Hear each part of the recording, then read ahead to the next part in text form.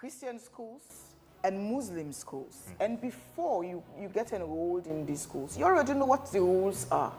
You already know what the rules are. So why would you now come in with the knowledge that this is a Christian school, and now you are actually demanding that they adjust it to fit your own beliefs?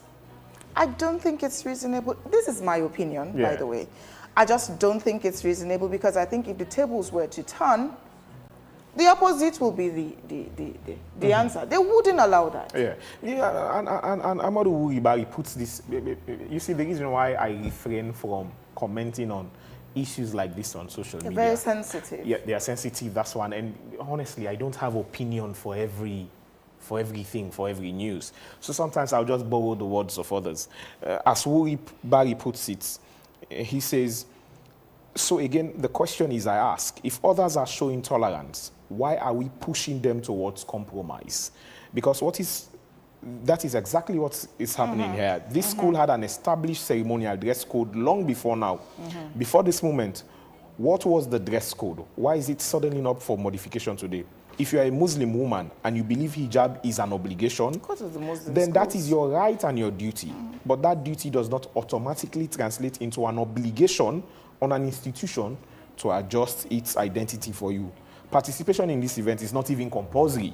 You can choose not to participate. If you can attend as an observer, you can attend as an observer, but once you choose to participate under an institution, then consistency demands that the rules apply equally. Let us test this fairly, he says. If a Christian student goes to an Islamic school like Ansaru and requests that the dress code be adjusted to suit her beliefs, would we as Muslims accept? We all know the answer. No. So I think we are tolerant, but we are pushing the boundary of tolerance to too much, in my opinion. Okay, my point is, you have Muslim schools and Christian schools.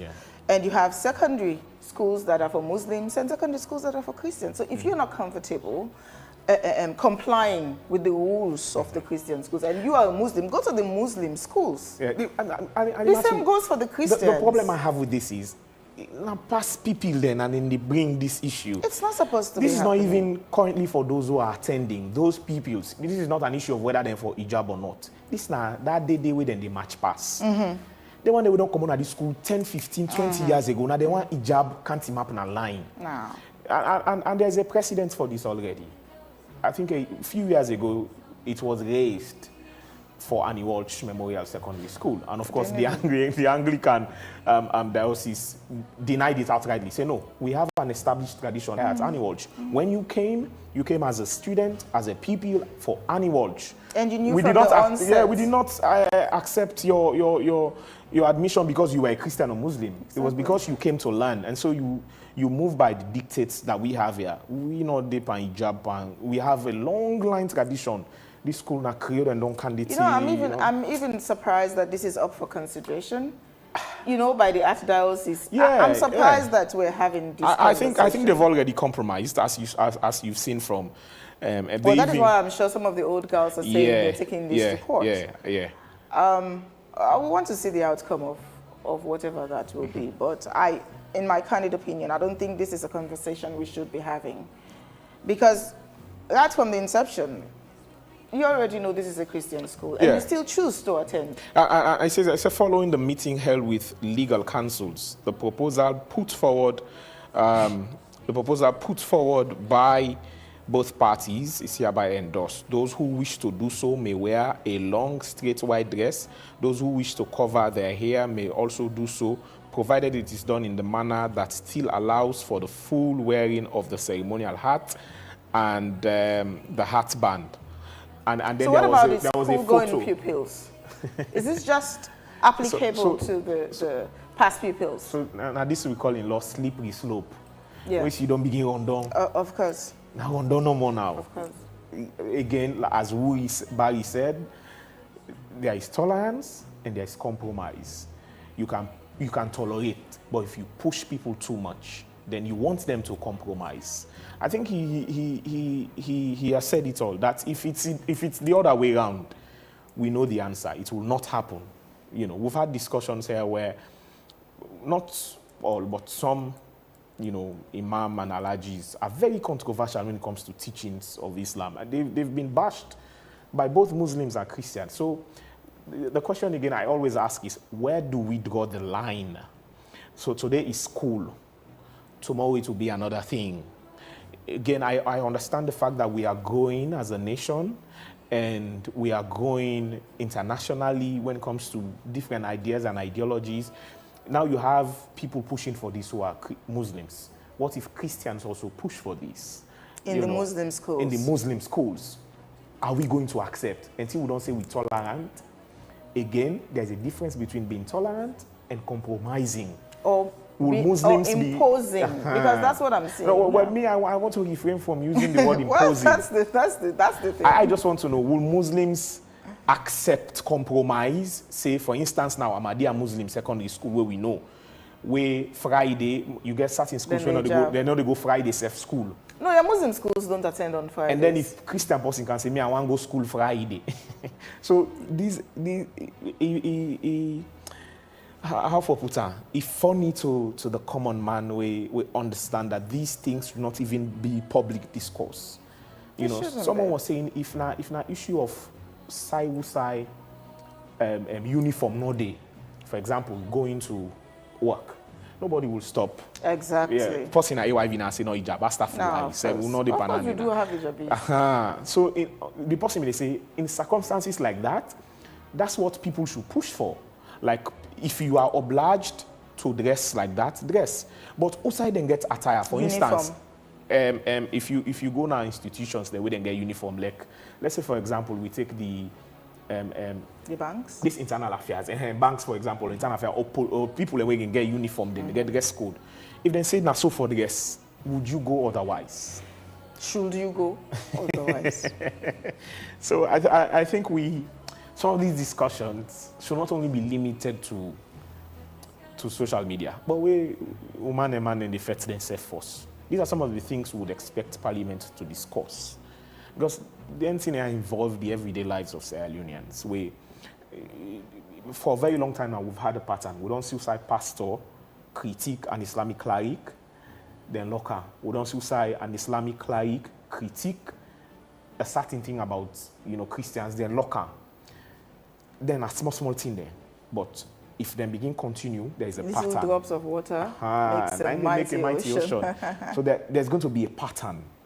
So before it becomes a pattern, listen, say what you may. We have people who think to the far right and people who think to the far left. You have liberals. Even this way they talk so. So Monday they say, well, if they do and so, let us do and so. Then on and then they. So, I mean, how do we bring those people to the center and say, let's have a compromise? When I would do so now. Again, the question goes, if tomorrow a Christian person come on and say, in one let so thing happen at Islamic school. For example, Voice of Islam. Oh, come on, me I no say Voice of Islam, that institution, that school, they're not go agree. So why are we pushing Catholic institutions? Why are we pushing Anglican institutions or Christian institutions for compromise, all in the name of tolerance? Listen, waiting good for the goose must be good for the gander. They're good for Uganda back.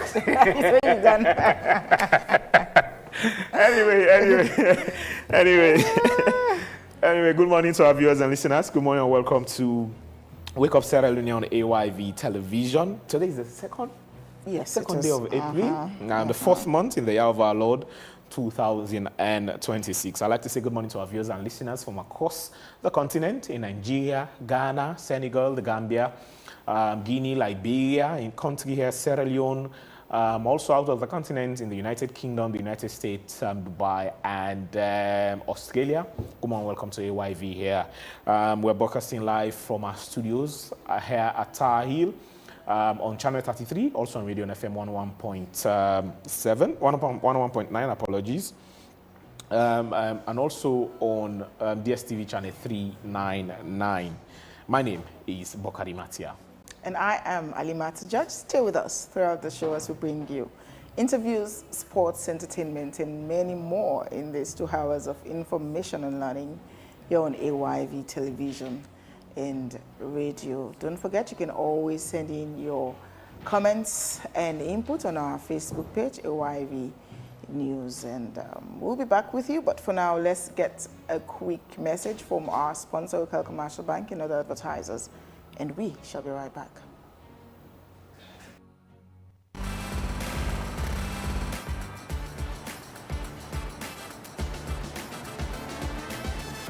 In the heart of Sierra Leone's dynamic rhythm, Wakeup Commercial Bank is your beat to a brighter financial future. We're not just a bank, but we're your financial partner committed to your success. We've got the financial tools you need to rise higher. Our team is here to serve you with speed and a smile because your time matters to us. So, are you ready to unlock financial prosperity? Highlighting key banking services such as Keke loans, Combra account, fixed deposits, SME loans, internet and corporate banking, from savings that grow your dreams to loans that fuel your ambitions. Demonstrating fast and friendly customer service. Showcasing cutting-edge banking technology and ATMs. Access your money anytime, anywhere with our state-of-the-art technology and a network of ATMs. Our Wakeup SimCopper app puts banking in your hands, where you can pay for EDSA, AfriMoney, Orange Money, and pay bills including school fees and make transfers to other bank accounts. Remember, you can also experience Wakeup e-banking today. Then join us now. Visit any of our branches or explore our website. Wakeup Commercial Bank, your bank of choice. Sorry, Carl, go see some business partners. You didn't give me memory, Michael. Can if I can say you may discuss people in not to Indy.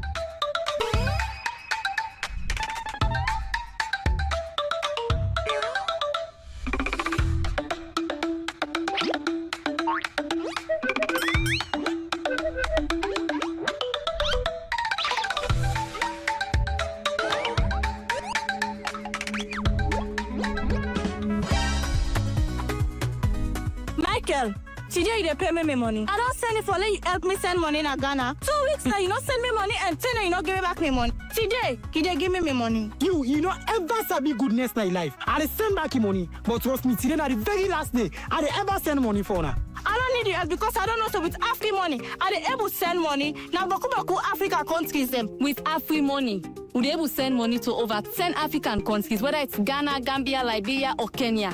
If me party we know this, we know for the party grammar right now. Okay, una go regret. I mean, now una go regret. The best part right now, Michael, with Afri money, you dey able to send money, even if you not use app, even if you know the online, directly. All you need for do is just a dial *161#. Pam, your money don't go. So I don't need the help again. Thief man. Thank you. Send money to over 10 African countries instantly with Afri Money. No stress, no excuses. Just dial *161*1*6# now. Afri Money, quick and easy.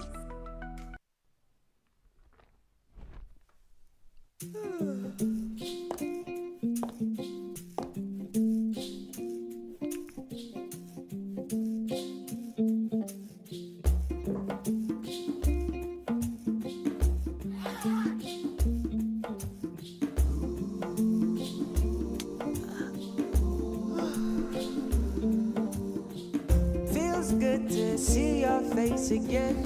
It's been a very crazy day. The joyous feeling in the air when rain falls on a sunny day. Happy, yeah. Let the stars, let the roll. Enjoy life's little pleasures with Maltina. Maltina, share happiness. As mama, I always want waiting best for me picking them, especially when it comes up waiting them for eat and drink. Now this make I always they choose Sarah juice because they make come from with local foods them and nutritious and it gets less sugar than the other drinks them. Not to me say so. We lab test show say Sarah juice gets 50% less sugar than the other drinks them na the market. Because we mama they know what's best for we picking them, now you make we always they choose Sarah juice. Sarah juice and nutritious, a healthy and a sweet. Sarah juice, not the taste of Salone. Fellow Sierra Leoneans, on 8th August 2024, Statutory Instrument Number 8 of 2024 regarding the conduct of nationwide population and housing census was successfully laid in Parliament. On 29th August 2024, this statutory instrument became effective following 21 days from its laying. Therefore, in line with the decennial census calendar, I am pleased to announce that my government will conduct a nationwide population and housing census.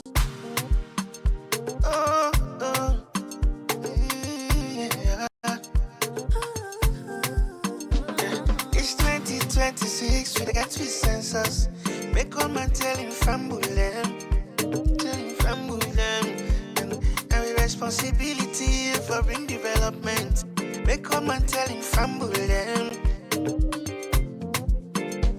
From the east to the west, blah blah blah. From the north to the south, blah blah. No matter how you dare or you try, blah blah blah. Love you want to go, mama or papa, blah blah blah. What picking on grandpa, blah blah blah. Auntie or uncle, blah blah blah blah.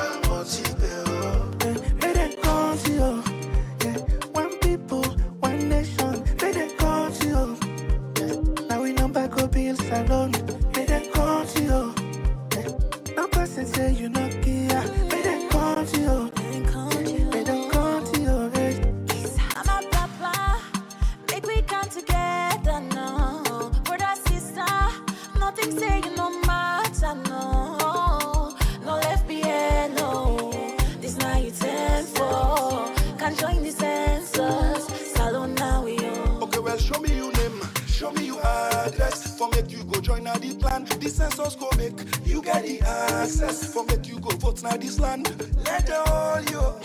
If you don't want make them country again, make them creep you.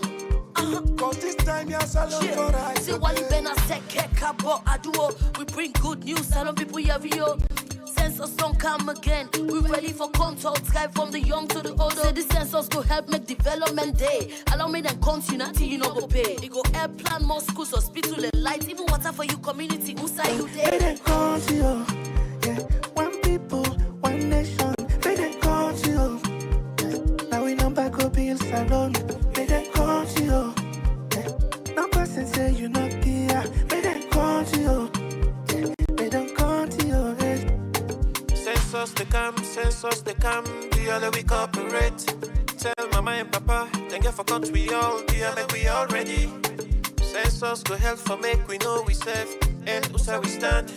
If you claim say you love Salone, say development day, na day you for day. Yambo tegina, mimbo tegina, mingo teteke biambe. Got 2026 census na me right, census na you right. Family. Imagine if they count everybody that left you out. Amulemba kotumogbawa, upoka kufuni ngesa gbele tuwa. Tonya, ye amubuji hule banda. Wabulole tobogbawa baya ganga. Ye tumogbawa mudagbe behave. Kometi ya go salon bate mukbeleva. Nyabi yina na mya tobogbawa na. Do mama kome kolabo ganya delega. Ina. Kakotone dim din dang, dim din dang, dim din dang. Katap kata ting angabe kata konkal, angabe kata banganda yer. Abagato bagats, aindo gor. Agalene, samo jamu, agatamu, tarentamu. Donye, mama maritaka gontu. Ame ya timi wandi, timi wandi. Ame ya timi wandi, timi wandi. Mwa kongo tami wandi, ungewa menda milwena wo. Ya kongo tabi wandi, ungeba handa bebe holo. From the east to the west, blah blah blah. From the north to the south. matter how you there or you try. Blama, blama, you want to go. Mama or papa, blama, blama. One picking of grandpa, blama, blama. Auntie or uncle, blama, blama. Motibe, may they call you. Yeah, one people, one nation. May they call you. Yeah, now we number go bills alone. May they call you. Yeah, no person say you no care. May they call you. Yeah, may they call you. Yeah.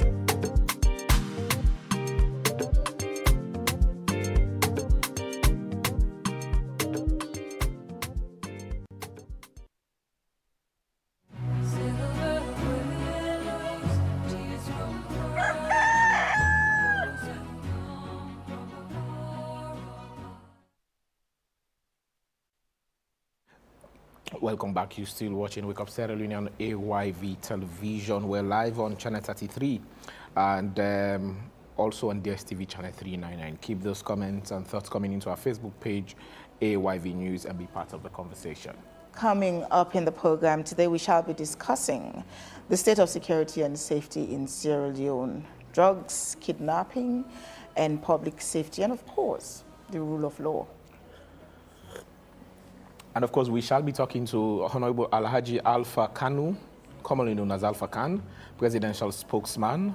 He'll be speaking on President Biyo's achievements, including the recent FII Priority Summit in Miami, amongst other things. But as always, AYV News is the Facebook page to keep those comments coming in, and also on our YouTube channel. Now, in our first segment this morning, we're going to discuss the state of security and safety in Sierra Leone, drugs, kidnapping, and public safety, the rule of law, peace and unity, and national cohesion, amongst other things. In the studio, we have Abdul Karim Will, Director, Strategic Communication and Spokesman, Office of National Security, ONS. We also have Ibrahim Samuel Dugba. Is he still acting director or now director? Director, Strategic Communications and Spokesman, Office of National Security, Director of Drugs Prevention, Education, and Training, National Drug Law Enforcement Agency.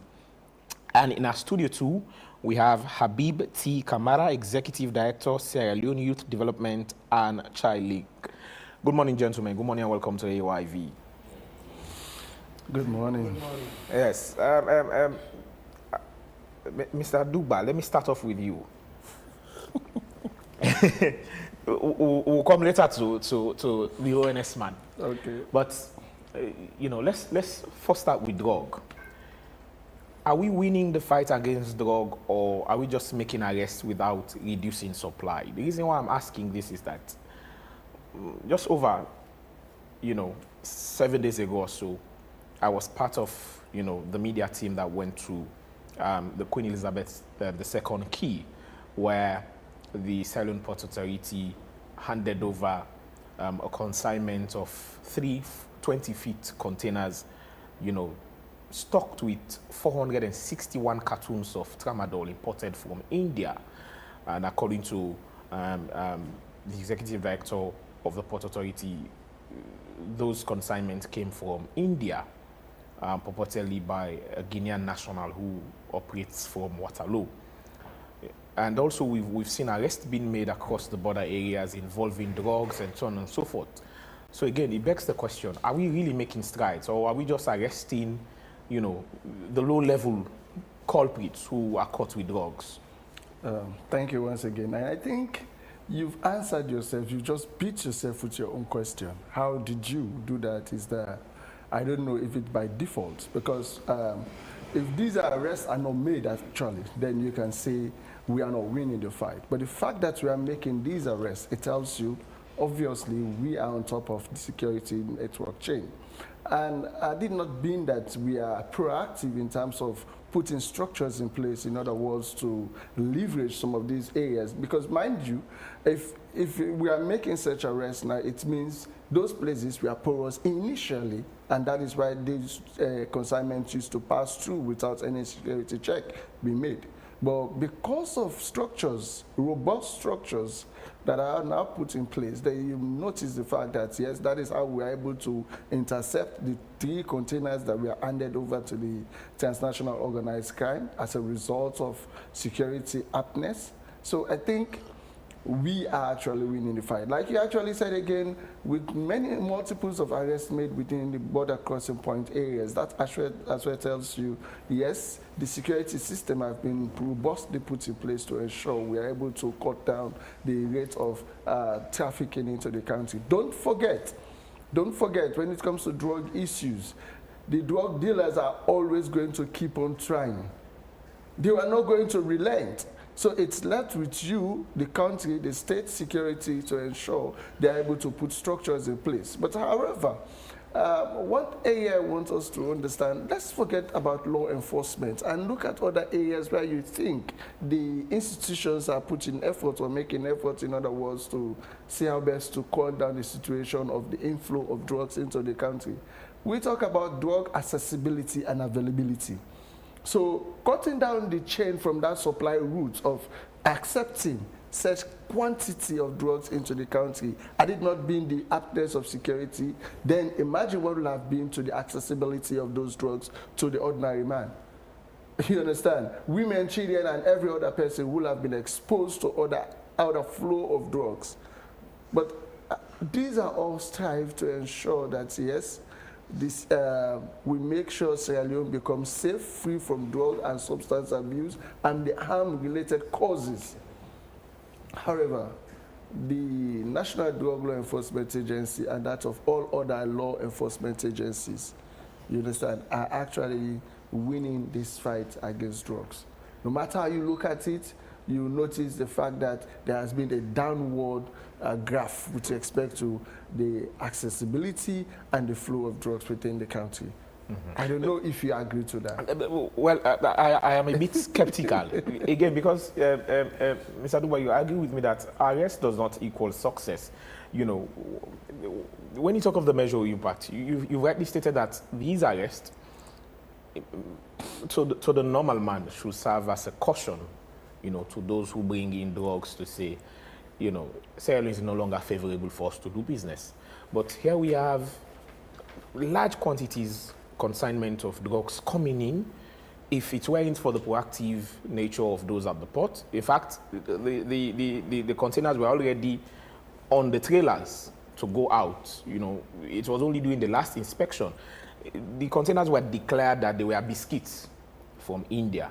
You know, the biscuits were actually in front, and then the drugs were at the back at the end of the day after investigation. So the concern is this: if we have institutions like, you know, Pharmacy Board who've come out to say, you know, certain drugs are prohibited, the 225 or anything above, you know, 50 is prohibited, but you still have people who are taking chances, bringing it in, and we have not only Sierra Leoneans but other nationals who have been arrested, you know, across the border. I know Abu Karim will talk on that. But from the drug law enforcement agency's perspective, even though you're making arrests, even though you're fighting, aren't you still concerned that drugs are coming in, whether it's the kush, whether it's the tramadol, or whether it's the cocaine or crack? Of course we are concerned.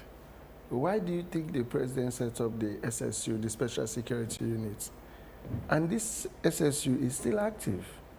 All of these are concerns that made us very, very top-notch with what we are doing currently. And don't forget, drug war can only be won by an individual agency or individual institutions. You and I have a role to play. And all of these things we are saying, you are just pointing one finger at one person. But what about the other areas, the other things that people are doing collectively to ensure you go to bed, you sleep safe, to ensure that your child do not have access to drugs, to ensure that the public gets the education about the dangers of drugs? Like I said, drug dealing is a network of individuals. Sierra Leone before now have been used as a transit point route. So there are times some of these drugs are actually not coming into Sierra Leone because they are meant for Sierra Leone. You understand? Maybe they want to use our waters. Maybe they want to use our access to go through to other counties. And that is the more nature why we think intensifying security or giving more education to the public with respect to knowing the dangers of drugs. Because if these drugs are possibly not to be used in Sierra Leone, they are going elsewhere. But those who have access to it may have some to say for Sierra Leone. So therefore, if the public gets to know the dangers of these substances, then the market will not be of value. So in fighting drugs, we look at law enforcement as one area. We look at what? The demand reduction as another area. We look at the supply restriction as another area. And we look at harm reduction as another area. All of these areas are working, we call it in tandem. They are working together to ensure that, yes, we are all able to do what we are able to do within our bid to ensure that we reduce the market. But honestly, it is a concern to the National Drug Law Enforcement Agency that we are still seeing these drugs. But you know, of course, how many successful prosecutions we've had of late, which tells you, yes, we are still getting some of those people who are known to be drug pins. We are arresting them because arrest is not the only solution, but it sends a message to those who are dealing in such trade to know that, Sierra Leone means serious now. They are now sending people to 40 years, 50 years imprisonment. And all of that are examples to tell the world that, yes, we are not encouraging drug trade. We are not encouraging people to use our waters as a transit route. All of those things. But that's just what the network looks like. And robustly or continuously, it has to be a continuous effort to ensure that we are able to top the game. We are able to identify those who are the traffickers or those who are the kingpins in all of these activities. All right, and before Alimatu comes in, Abdul Karim, let me bring you. I know you don't want to respond on the drug issue, but with you, let me start off with the issue of kidnapping. You know, fear is rising faster than the facts that we have now. That alone is a security problem. And for an ordinary person like me, I'm even affected in the sense that I can't even ask a stranger out anymore, or woman, because you go begin things say, you know, I'm afraid, I don't know you. I keep telling you, I am Bokari material of a wife. You say, it doesn't matter, I don't know you. Because so that's how concerning, that's how concerning it is. Women are fearful, you know, of going out because they don't trust, you know, people don't even trust the transport system anymore, whether keke or okada or taxis. You know, at a point where almost every month you will hear someone has been kidnapped or there was an attempted kidnap on someone, especially women. You know, is kidnapping actually increasing or is it just a perception crisis? And do we have any data to inform us on recent happenings when it comes to kidnapping? So we will soon have a conference on this to adequately educate the public on this concept of kidnapping, quote unquote. It is indeed scary that in Sierra Leone we are talking about kidnappings. But I tell you point blank that over the period, all of those reports that have been making a round on social media have come out to be non-kidnapping issues. Maybe sometimes it's the definition that people give onto it. But like I stated, because we are still compiling the evidences, the records, the data, much less I talk about this, the better, because it's really a critical area, and we want to get the facts and figures correct, and then we'll come to the public to say reports A, B, C, and D were actually not kidnapping issues. There have been situations when somebody will claim to have been kidnapped and they will be asking for ransom, only for police to go onto those places to discover that these were just rogue elements who wanted to lure in family members to give money onto them. I recall, I think it was a year or two ago, when a very young lady who has her mother abroad had her boyfriend calling that mother to say, we've kidnapped your daughter, this and that kind of a thing. You should pay this kind of money. We lured them in, only to find out that these were the kids who wanted to extort money from the parents. So most of the reports that have come to police attention are of this nature. But I agree with you that it is scary. It is something that we are going to nip in the bud, because it does not portend the country's image well. We know what obtains in other countries where people have taken this as a kind of a business in terms of their dealings. And so we don't want to give any opportunity to anybody to introduce this kind of a concept into Sierra Leone. So that is much I could say. I will not describe those events that have been happening as these kidnapping issues, because the records, the facts are different from the things that have been presented. When we come to the public, I think we'll even ensure that some of those people who had made those erroneous kinds of reports will actually come back to disabuse the public's mind about those kinds of things that they had presented. But it is scary, like you stated, and we are also concerned. That's the reason we'll leave no stone unturned to ensure that whosoever is involved in these kinds of things, no matter what the intentions are, they are exposed to members of the public. So Mr. Will, many citizens do feel like these trafficking networks, I mean the drug trafficking networks, do operate with impunity. Is the security sector failing to actually dismantle the big guns because they have the money, they have the influence and connections, and rather just go after all these small peddlers that they will put on social media and say, okay, we've got this amount of $10, and we know the real deal. The real deal is the cocaine. So the most recent arrest will speak to the fact that these are not small people.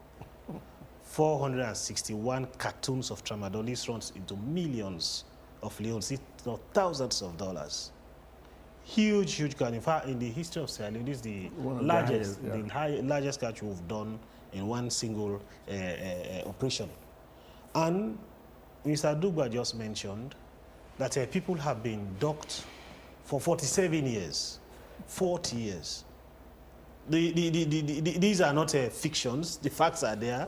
These people are behind bars. Several other people have been arrested who were actually engaged in these kinds of activities, making huge sums of money.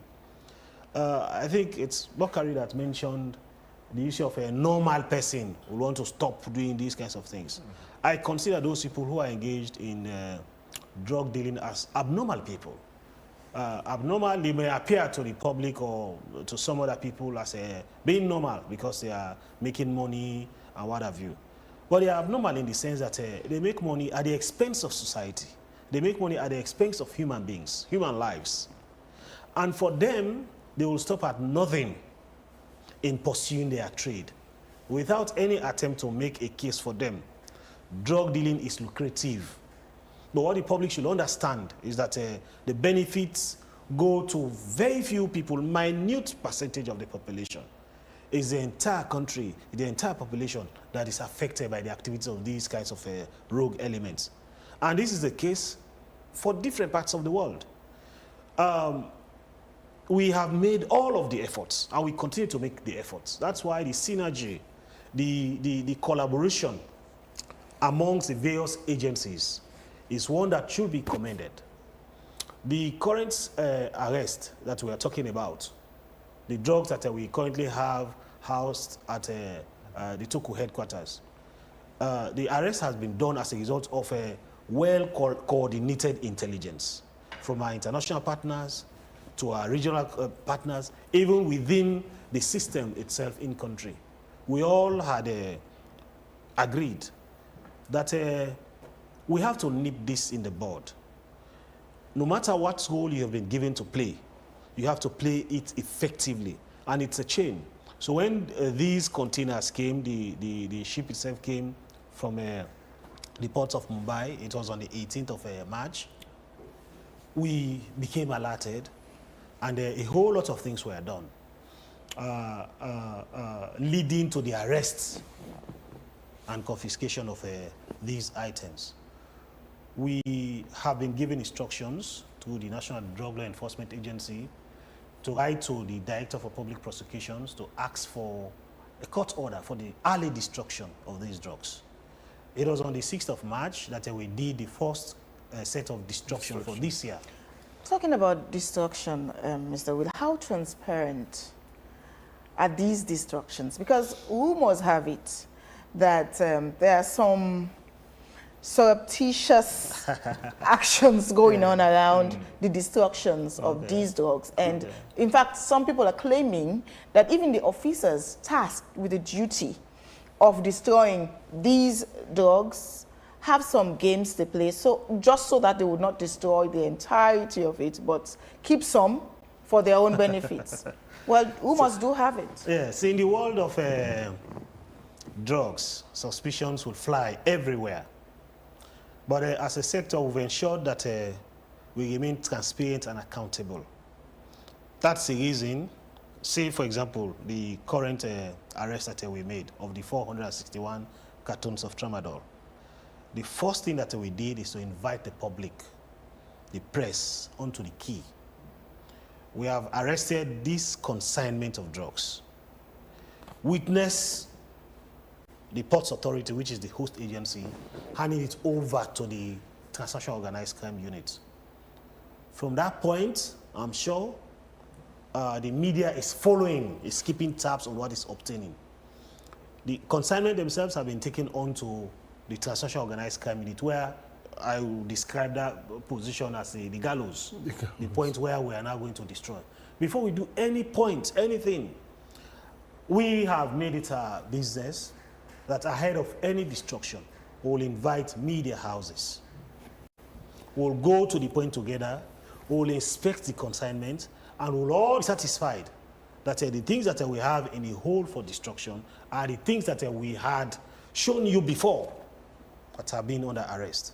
And we do so to ensure that we are clear in our minds that if we say we are destroying 400 cartons of tramadol, it is actually 400 cartons of tramadol. So these media houses that you invite, do they follow through? I mean, at every stage, at every point in time, until the time that you're ready for the destruction? Yes, they do. In fact, to me, I'm surprised because you have journalists here who have witnessed Well, of course, but we do see reports on social media and other platforms saying there's no transparency when it comes to the destruction of these drugs. And people are claiming that some of the officers who are tasked with the duty and responsibility to destroy these drugs are even the ones keeping it. No. So I wonder I also have another question regarding transparency. Okay. You know, of recent, it has become very common to see chartered boats along the shores. For instance, if you go towards the chapter 1 end, when I go to exercise on Sunday, I always see these boats. There's one at that end. I don't know when that one came. There's another one coming forward a bit. I mean, you see many of them along the shores. And quite recently, I don't know if it was in, is it Black Johnson or so, that a certain boat appeared. Yeah. Kent, a certain boat appeared from nowhere. And by the time you know it, security, it was well manned by our very security officers. And later on, they came out to tell us, oh, this was cement and the like. These are suspicious occurrences.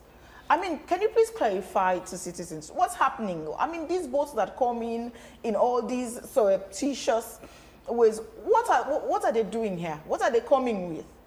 Well, are they going through the right procedures and processes to get to our shores in the first place? Why Kent? Why Black Johnson? Why areas like that? Why not Waterkey? Why not Government Wharf? Why not, you know, all these posts that are there for boats to land? So those are the questions that we also pose, because we are investigators. So you're supposed to have answers to our questions. So we posing these questions, so we are having, sometimes rogue elements will do everything to beat systems.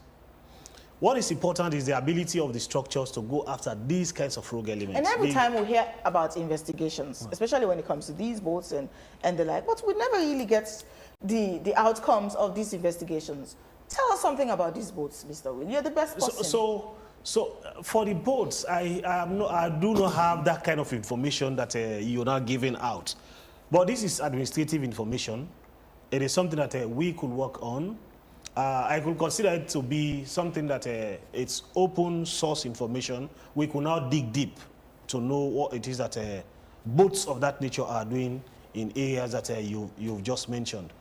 But the reality is, when it has to do with the destruction of drugs, if we do not want to be transparent in the destruction.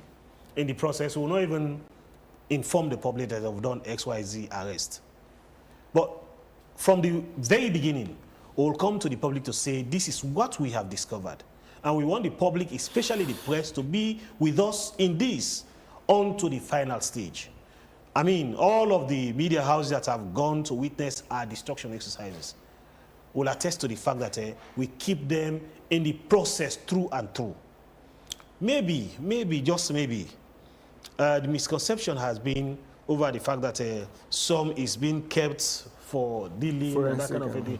But the reality is, when the drugs are stacked, ready for destruction, the law makes provision that for the preservation of evidence, there is a forensic analyst at the Transnational Organized Crime Unit who will take very minute portion. Say, for example, if we have like the 400 cartoons, which has a number of packets in them, he will just take 1 or 2 of those to preserve for the sake of evidence. Because at the end of the day, we will not just want to go to destroy the drugs themselves. We also want to go after the people who bring in these drugs. And for you to be able to successfully prosecute them in the court of law, you have to have evidence to show, to tender in the courts. And what should even be more consoling is the fact that the synergy between the security sector and law, I mean the judiciary, is one that is very much commendable, because the number of convictions that have been made over time is one that is very, very much impressive. And we will continue in this trajectory, because this is what is required of us. As a sector, our responsibility is to proactively act on information and go after whosoever is involved in these kinds of dealings. We invite the public that where you have information that you think is not into our knowledge, you bring it to our attention, because we must consider that we could not be everywhere all of the time. But with community support into the system, giving us information or intelligence, whatever nomenclature you give it, is going to help the situation. Because the drug things that we are talking about, it's not only affecting ordinary citizens, ordinary Sierra Leoneans. It's affecting everybody, irrespective of where you find yourself. I am a parent, just like Mr. Dugba is. So I should be worried, like any other normal Sierra Leonean, if we have drugs all over the place. Because I will not be in the homes all of the time, in my home all of the time where my kids are, or even go with them in the schools. So it is concerning. That is why we'll do everything within our own power, within the remit of the law, to prosecute those. Mr. Will, earlier on you mentioned that arrests, for instance, the recent arrests were made based on coordinated intelligence, or what's coordinated intelligence, that is Interpol and the like. Yeah. Sometime in December of 2024, late December of 2024, and of course January 2025, we saw reports emerge from various international media outlets. For instance, The Guardian, News, of course even Ghana, Follow the Money. A lot of media outlets did report on a particular drug lord, who is considered one of Europe's most wanted drug lords. I mean, in the person of Yoslai Dex. These reports surfaced. Omar Sharif. These reports surfaced, and of course, the Ministry of Information did come out with a statement. And let me just read an excerpt of their statement. According to them, the government of Sierra Leone has not received any formal, that is by them. So they said, in response to these reports, however, the government has initiated these actions to address the situation. A transparent and thorough investigation is underway to establish all the facts surrounding these allegations, including their identity. And later on, after these investigations, they came out and told us that they don't have any person by the name of Yoslai Dekas. In fact, Mr. Duba, I asked him the question the last time he was there. He also told me he knows nobody. So because the same thing I will have to ask you is, so Mr. Will, seen the point is, they came out and told us they have somebody that is called Omar Sharif, the name you mentioned earlier. And quite recently again, the Dutch government, they're insistent. For instance, they said they tracked these Yoslai Dekas in Sierra Leone. And according to their reports, this man has been in Sierra Leone for years, not even months. Okay. And of course, they're saying that he's been protected. Of course, reports are saying he's been protected by the elites, people in government. Wow. Therefore, the man is running things around here. Sierra Leoneans need clarity. These international reports, are they fake? Don't they know what they're saying? Is it true that because they are labeled international, whatever they say is the gospel truth? Well, you are the Office of National Security. It is your duty and responsibility to ensure you launch investigations into such allegations. So based on your investigations, I mean, we've been on this for almost 2 years now, going to 2 years now.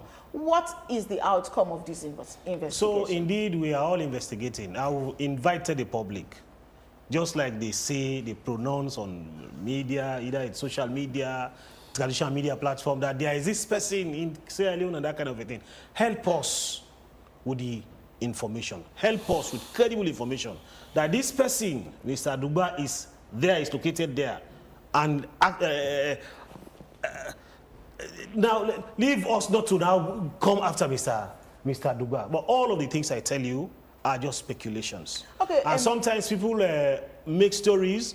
If you ask them to give you further evidence, they will not do anything. But the Dutch government has formally approached the Sierra Leonean government for extradition. So you extradite somebody that you have. So is that the official position of the Sierra Leonean government? I will not say so, because it's a matter of investigation. If it is proven beyond reasonable doubt, and there is a person by this name, and if there are, relationships in terms of treaties that speak to those kinds of things, then that will happen. But I tell you, all of the narratives are just speculations. And people do so because they want to project a kind of an image about the country that is not true. But I tell you, we are all concerned that these kinds of labels are being made. And quite recently, again, the most recent report about this Just Like Deckers guy is the fact that, well, he's been tried in an international court again on allegations of trafficking cocaine worth more than $500 and something million from Sierra Leone. They specifically said this consignment was shipped from Sierra Leone. Well, we would all say these are allegations because the owners has been investigating.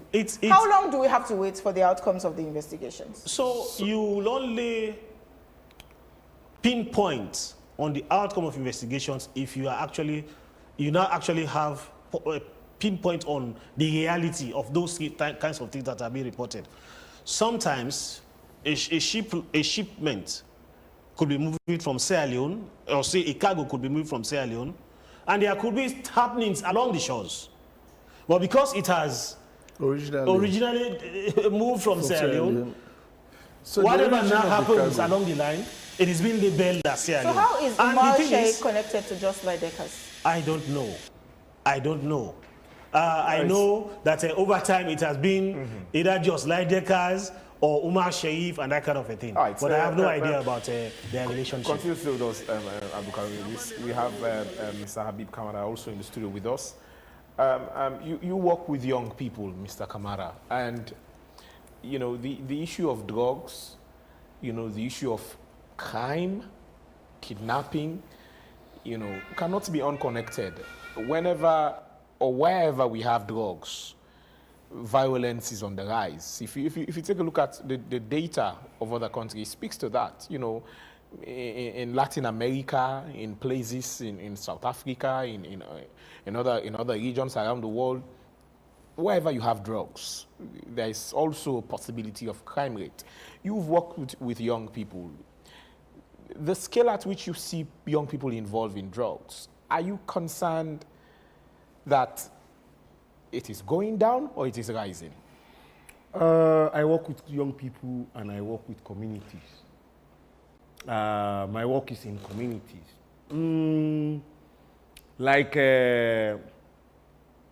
For the past 2 years, crime rates within communities has been going down based on the substance they have been using. All of us know from 2022 to 2024, Kush was on a heightened, and we all knows what Kush by then was doing. But before Kush, there has been a lot of violence within communities. And I'm so interested. Yesterday we had a webinar about these studies that was done in West Africa. Mapping synthetic drugs, drug markets, in West Africa. And still, Sierra Leone is the epicenter. Based on transit.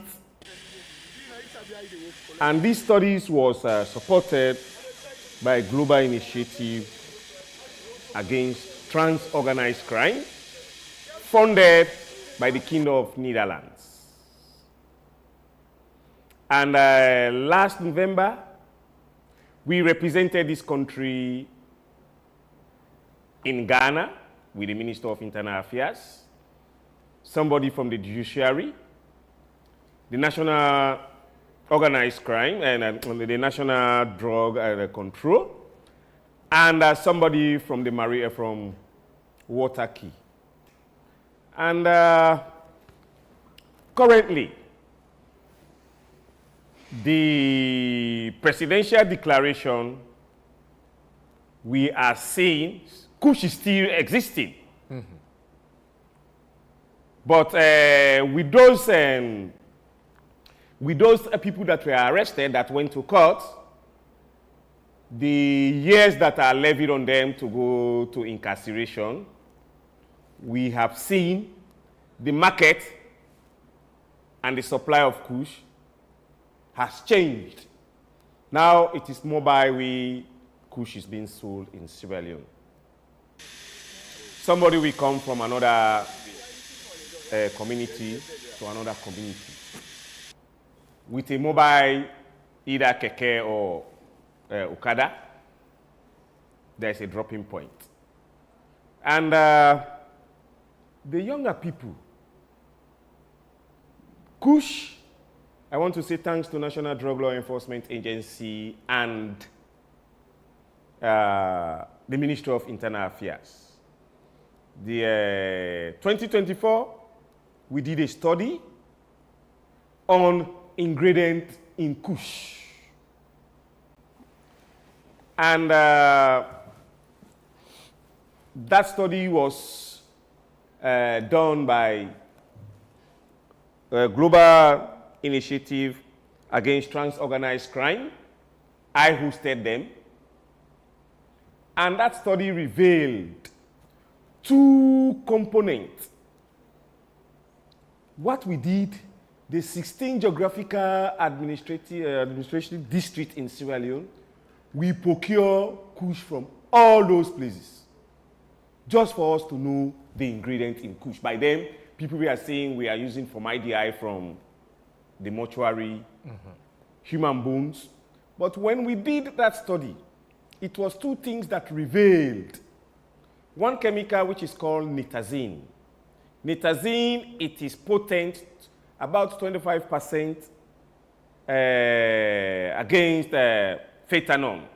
Phentanone is one of the chemicals that is so potent. And the second one was cannabinol. Cannabinol is a high-grade marijuana, like we call Lao in Sierra Leone. So, and that's those chemicals, more for nitazine, pointed at 3 countries that nitazine is coming. One was the Netherlands. The second was China.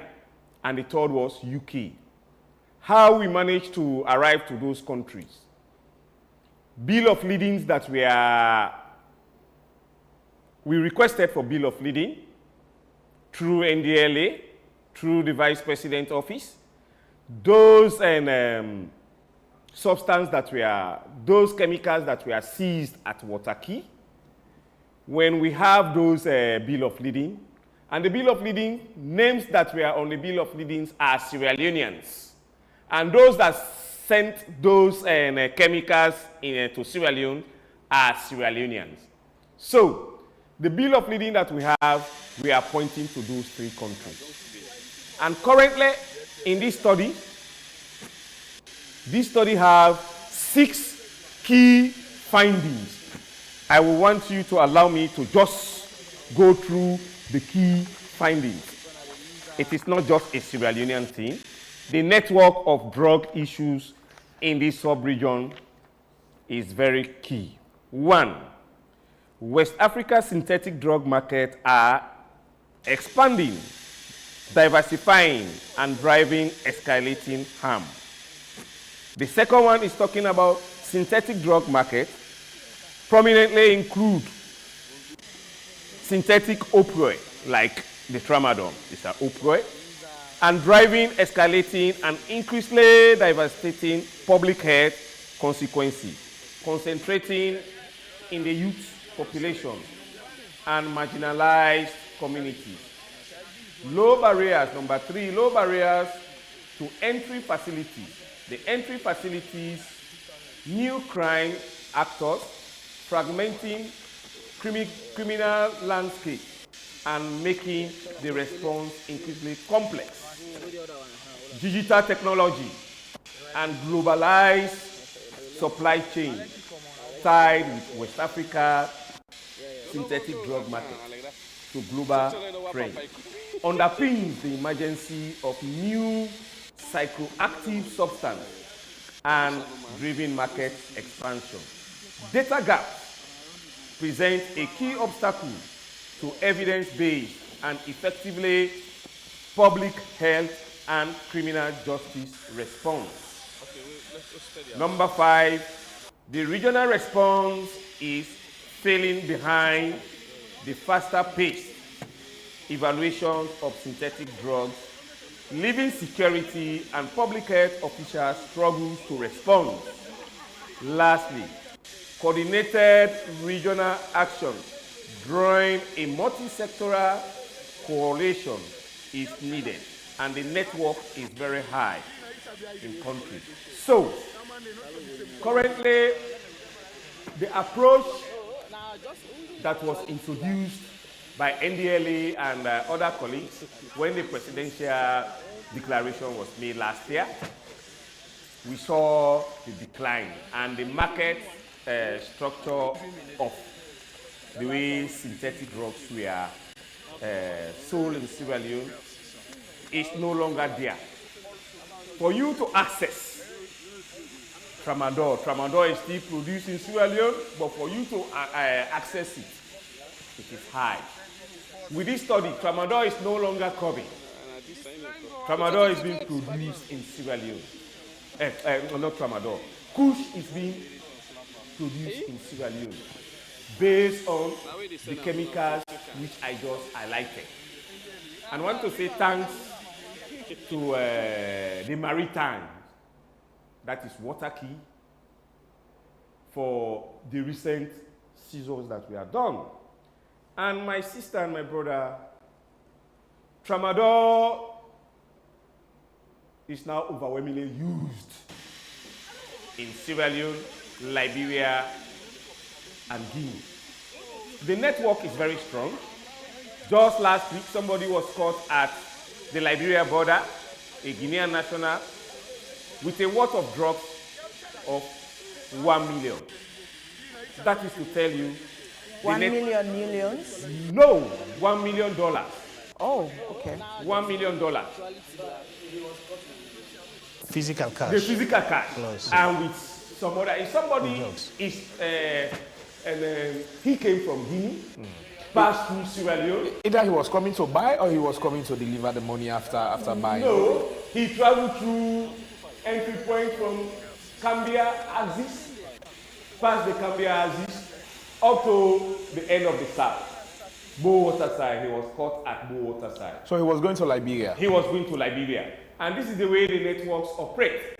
And currently, this study is saying the network is so powerful, and the network has some people who are connected to the powers that be in all the 15 geographical countries in West Africa.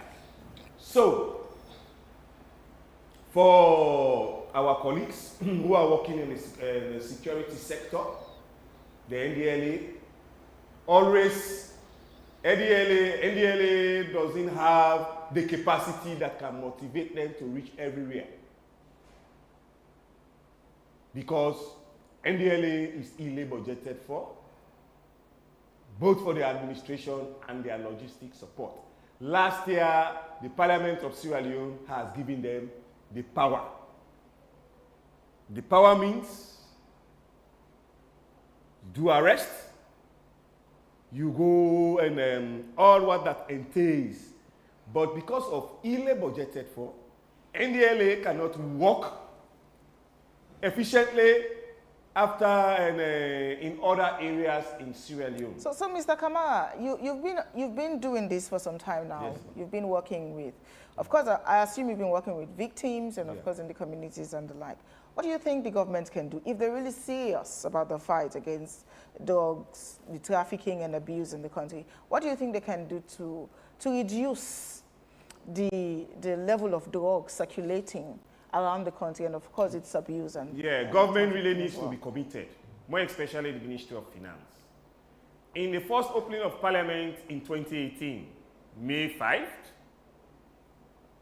President Bio said to this country that the 2008 Drug Act is obsolete for this country. Under his tenure, he will review that law. And currently, for the past 2 years, the National Drug Law Enforcement Agency have a master plan. And that master plan, one of the first focus is for us to review our drug law. If we cannot review this drug law, for us as a country to be able to reduce drug-related activities have to be had. In drug, we have 3 areas that the international law, or what UN say we have to concentrate on. Demand reduction. Demand reduction has, NDLA has the responsibility on demand reduction to reach every corner of this country with drug prevention and demand messages. And NDLA do not have a budget to go to up country. Second, supply reduction. That is to empower the security sector. As we speak, we do not have equipment and with the security apparatus to be able to detect substances that are coming to Sierra Leone at our maritime port.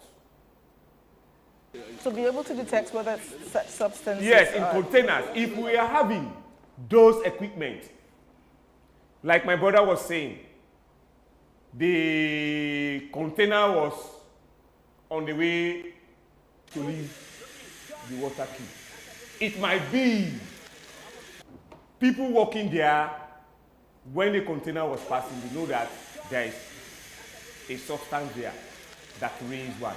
The third one is the work I'm doing, harm reduction. In our current drug law, we do not have harm reduction. Why am I doing harm reduction? I'm not arrested. It was in 2020. The destroyed items included large quantities of kush, cannabis, sativa, cocaine, tramadol, the UN Special General Assembly on Drugs, which all countries were mandated to take harm reduction as a priority. It is based on the public health. What is harm reduction? Harm reduction, people that are taking drugs, there should be an entity that will be able to reduce that harm. Okay, the harm caused on them. Yes, the effect like of the drugs we saw the height in the height of 2024 to 2025, the harm was so increased and there was so many risks. So we need to invest. Government needs to invest. The Ministry of Finance needs to invest. Most times when it comes to budget hearing, It is saddening this year budget hearing, NDLA was not there to defend their budget. Why so? We don't know. We need to ask the Ministry of Finance or those that are in charge of budget of this country. Okay. If we want to see Sierra Leone to change, priorities has to be given to NDLA. Okay. Because NDLA came into being from the House of Parliament. And priorities needs to be given to NDLA just as other parastatals. Because with this drug effect in this country, most young people that were in higher institution or in tertiary institution, last year, 75% of those who went to the rehab were from higher institutions. Wow. So that is risky.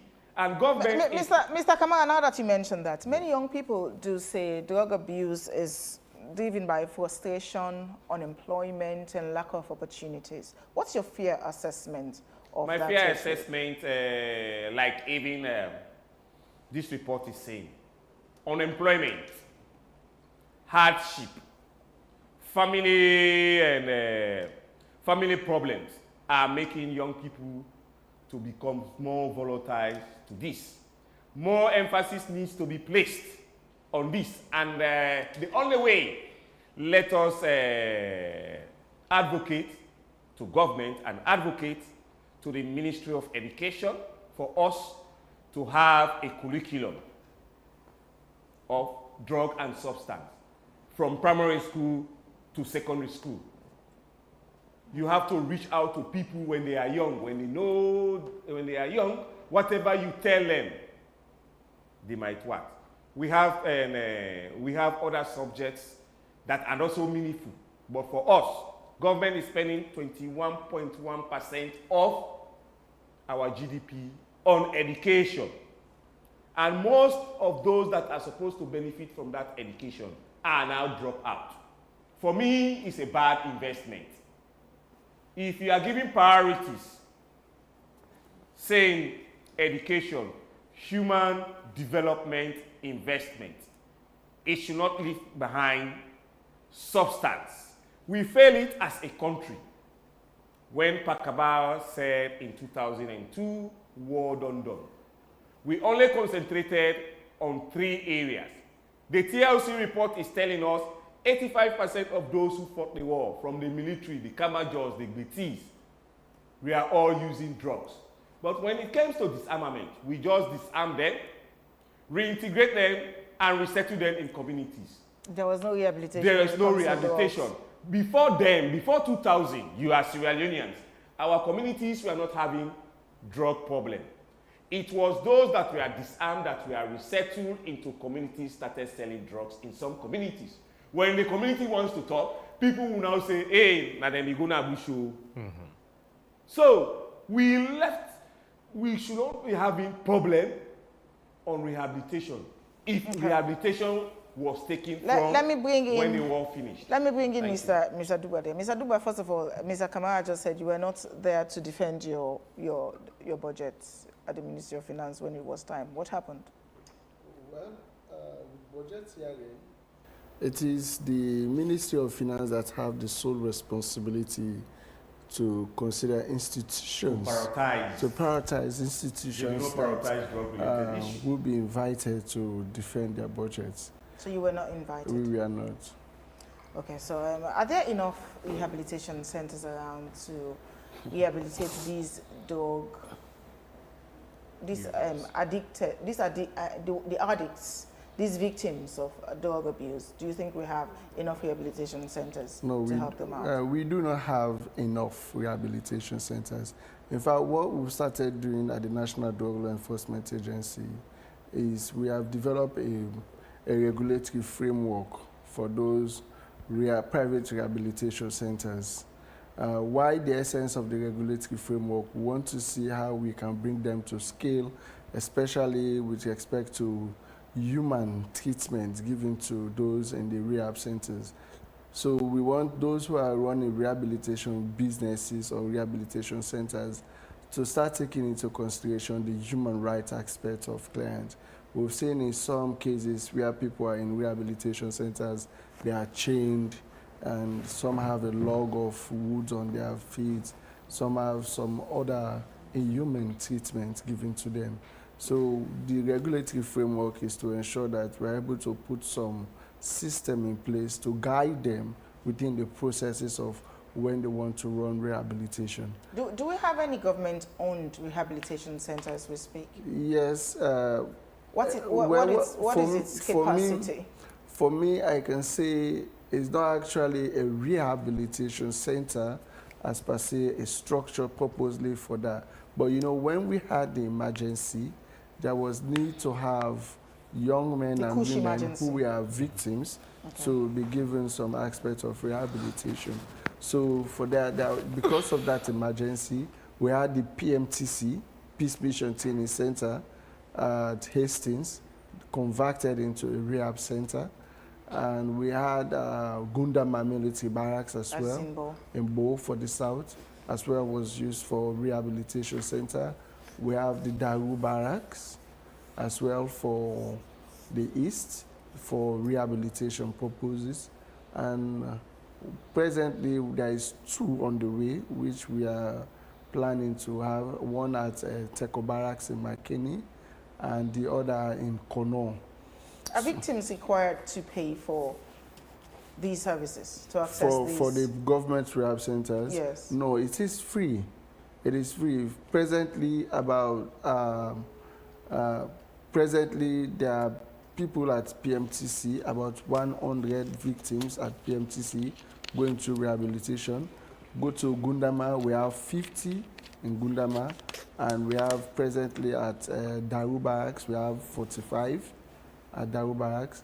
So actually, how many people have successfully gone through rehabilitation from those centers? We've got about 900 and close to 1,000 who have gone through that process of rehabilitation, because this is the 7th batch, the 7th batch of those who have gone through the rehabilitation.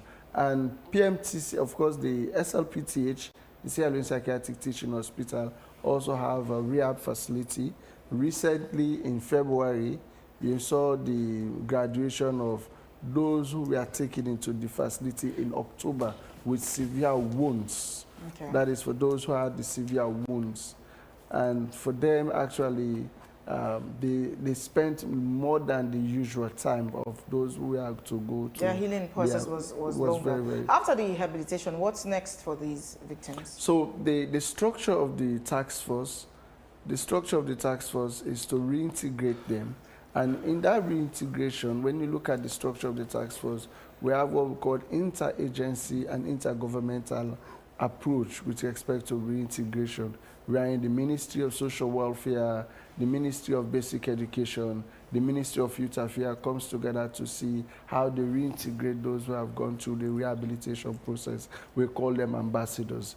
So for the agency perspective, I know there are a lot of challenges, because what I would normally call them is competing priorities. Competing priorities in the sense, government should not be spending money now on drug-related treatment and rehabilitation if actually would have done the needful initially by protecting or giving enough drug education. This is what Habib actually made mention of. And this, I guess I left one here the other day, this strategic master plan. This strategic master plan was actually divided into 4 pillars. Pillar 1 talks about the resurfacing of the agency, it talks about the capacity development of the agency. Pillar 2 talks about the drug demand reduction and social reintegration. Pillar 3 talks about law enforcement. And Pillar 4 talks about research, monitoring, and evaluation. And this strategic master plan was actually first in West Africa. And other countries are actually emulating now from this strategic master plan to see how they can reposition their law enforcement or the national drug law enforcement agencies in those countries to see how best they can combat drug and substance abuse in their countries. But all of it is like Habib actually made mention, we need to see how government should pour more resources into the agency's activities, because that is what happened with other countries. For example, the review of the NDC Act. The law of itself is good, but when it comes to areas where the law did not capture at the time, because it's 17 good years now since the agency have come into existence, since 2008. So we need to look at the other phase of what the law needs to take into consideration. For example, alternative punishment to that of incarceration. Women and girls who are involved into conflict of drugs need to be given some other alternative punishment rather than just incarceration. You and I can agree that we've been incarcerating people quite for a long time ago, but that does not still stop the drug trade. What other ways can we come up with, especially for those who are in conflict with the laws? For example, our women who are just into the trade, not because of the business, the profit they are making, but maybe they are single mothers, they are just trying to survive to make ends meet for their children. You understand? That's the other advocacy aspect with the National Drug Law Enforcement Agency. We are not just there for the law enforcement, for the incarceration or going after victims or going after perpetrators. We as well seek the welfare of those who are victims. Like what I'm talking now about, how do we cater for them? Those minute people who are into it, in fact, those who are perpetrators, who are big business owners into the drug trade, are convincing to do the business because they just do their hand to mouth to survive. How do we protect them from not having themselves into drug trade? What other alternative livelihood can we come up with? For example, those who are growing marijuanas, who are marijuana growers. What other alternative can we come with? For example, in the agricultural business. Because for them, they make millions in the marijuana trade. What other millions can they make in other alternative livelihood cases? So all of those things are some of the areas we need to consider actually when it comes to the investment into the agency's budget or into the agency's priorities. So again, it boils down to rehabilitation. Actually, as a nation, we should have a national rehabilitation hub. A national rehabilitation hub, which, for example, can house up to a capacity of 1,000. You understand? And if we have such rehabilitation hub of 1,000 capacity at a time, then we'll be able to see how best we can reduce. And when I say a rehabilitation hub, it comprises skills and development training centers. Wherein people can find themselves into different centers, into different trades, like what the correctional service is now doing. Inmates are not just there for the purpose of being inmates, but they will be there as well. They are learning skills as well as getting themselves. So by the time they come out, they'll not go into the same crime rate, into the same crime activity. At least they have learned something that will make them sustainable. So some of these things are the things that we should be thinking about aloud when it comes to the dreams of the agency, the vision of the agency to make Sierra Leone a better country, free from the harm caused by other drug substances. All right, Abdulkarim, let me bring you in. Now, what systems are in place, for rapid response? And how coordinated are, the police, ONS, and local communities? Again, I still refer to both this drug and kidnapping issue. You mentioned that there are instances where in this kidnapping, have not been the kidnaps we know, but now there are concerns around this. I don't know if you've seen the video from Waterloo, where community members apprehended a vehicle, that have been used to kidnap people for a very long time. We've had issues also, again, of a popular TikToker who allegedly was kidnapped. Police were able to recover arms and ammunition, machetes from that raid, We've also have, instances of, for instance, a nurse who was kidnapped and was taken almost all the way to Mashaka or so. There are these instances, that are there that we can't deny that these aren't issues of kidnapping. Again, it brings me to the question, what should an average citizen do immediately a kidnapping occurs? Now, we're talking about the actual issues on ground, not those who are attempting to extort money from people, but those who are actually using this or doing this now as a crime. So in the first place, we are well coordinated. As a sector, we function as a unit, with each institution playing its own part, depending on its mandate. We've always announced toll-free lines, and these ones will continue to announce for the attention of members of the public. We have the National Situation Room, which runs on a 24/7 basis, and it is 119 on any of the mobile service networks across Sierra Leone. Where you suspect anything that has security implications, bring it to the attention of that National Situation Room, and answers will be provided. The Sierra Leone Police has 800 for AfriCell. We encourage the public to make use of this one. And to comment on the arrest in Liberia, the Guinean national that was arrested in Liberia, who had used Sierra Leone as a transit to go onto Liberia, the questions that have been posed by some members of the public is why it is that we did not arrest him here. By the ECOWAS Treaty on Trade, to facilitate trade, the country of a final destination has the responsibility to do 100% search of whatever vehicle or cargo that comes into their country. However, the transit country could just do brush search to ensure that issues relating to taxation or compliance with the laws within the union are complied with. So sometimes this is the situation. If a vehicle is coming from Guinea onto Sierra Leone being the final port of destination, the tendency is always there that we will be able to arrest. But if it's transiting Sierra Leone onto Liberia, there is a tendency that it is Liberia that will be able to arrest, because they are the ones that will be positioned by law to do 100% examination. If we are to do 100% examination of cargo that comes transit through Sierra Leone onto any other country, they will hinder trade, and that is not in the spirit of the ECOWAS free trade movement.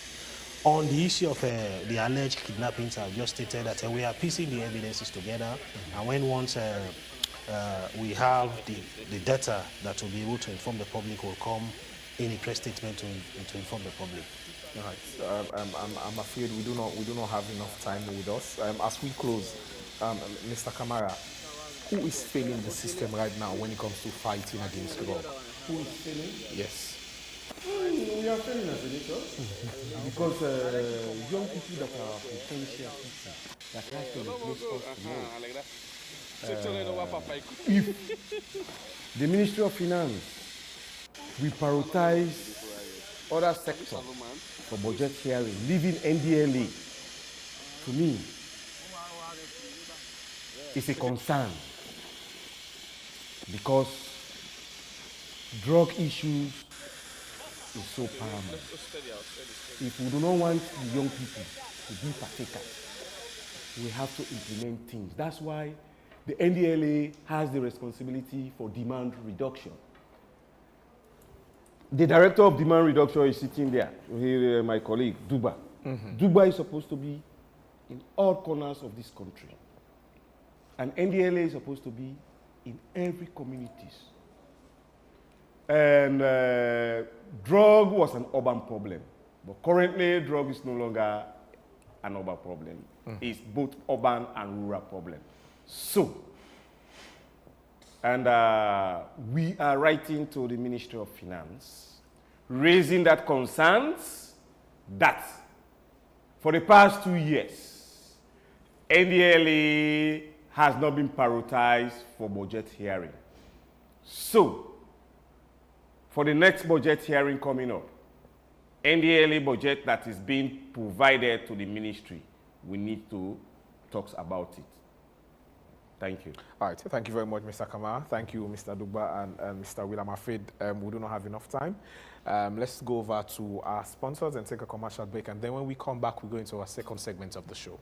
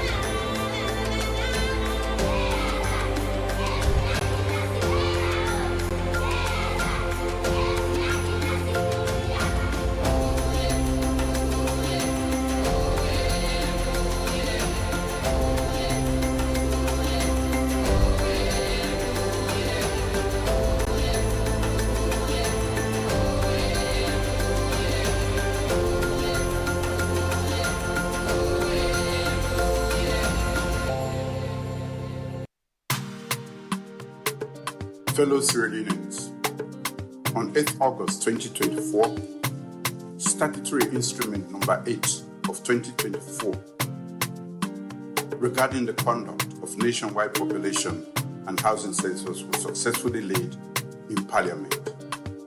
On 29th August 2024, this statutory instrument became effective following 21 days from its laying. Therefore, in line with the decennial census calendar, I am pleased to announce that my government will conduct a nationwide population and housing census.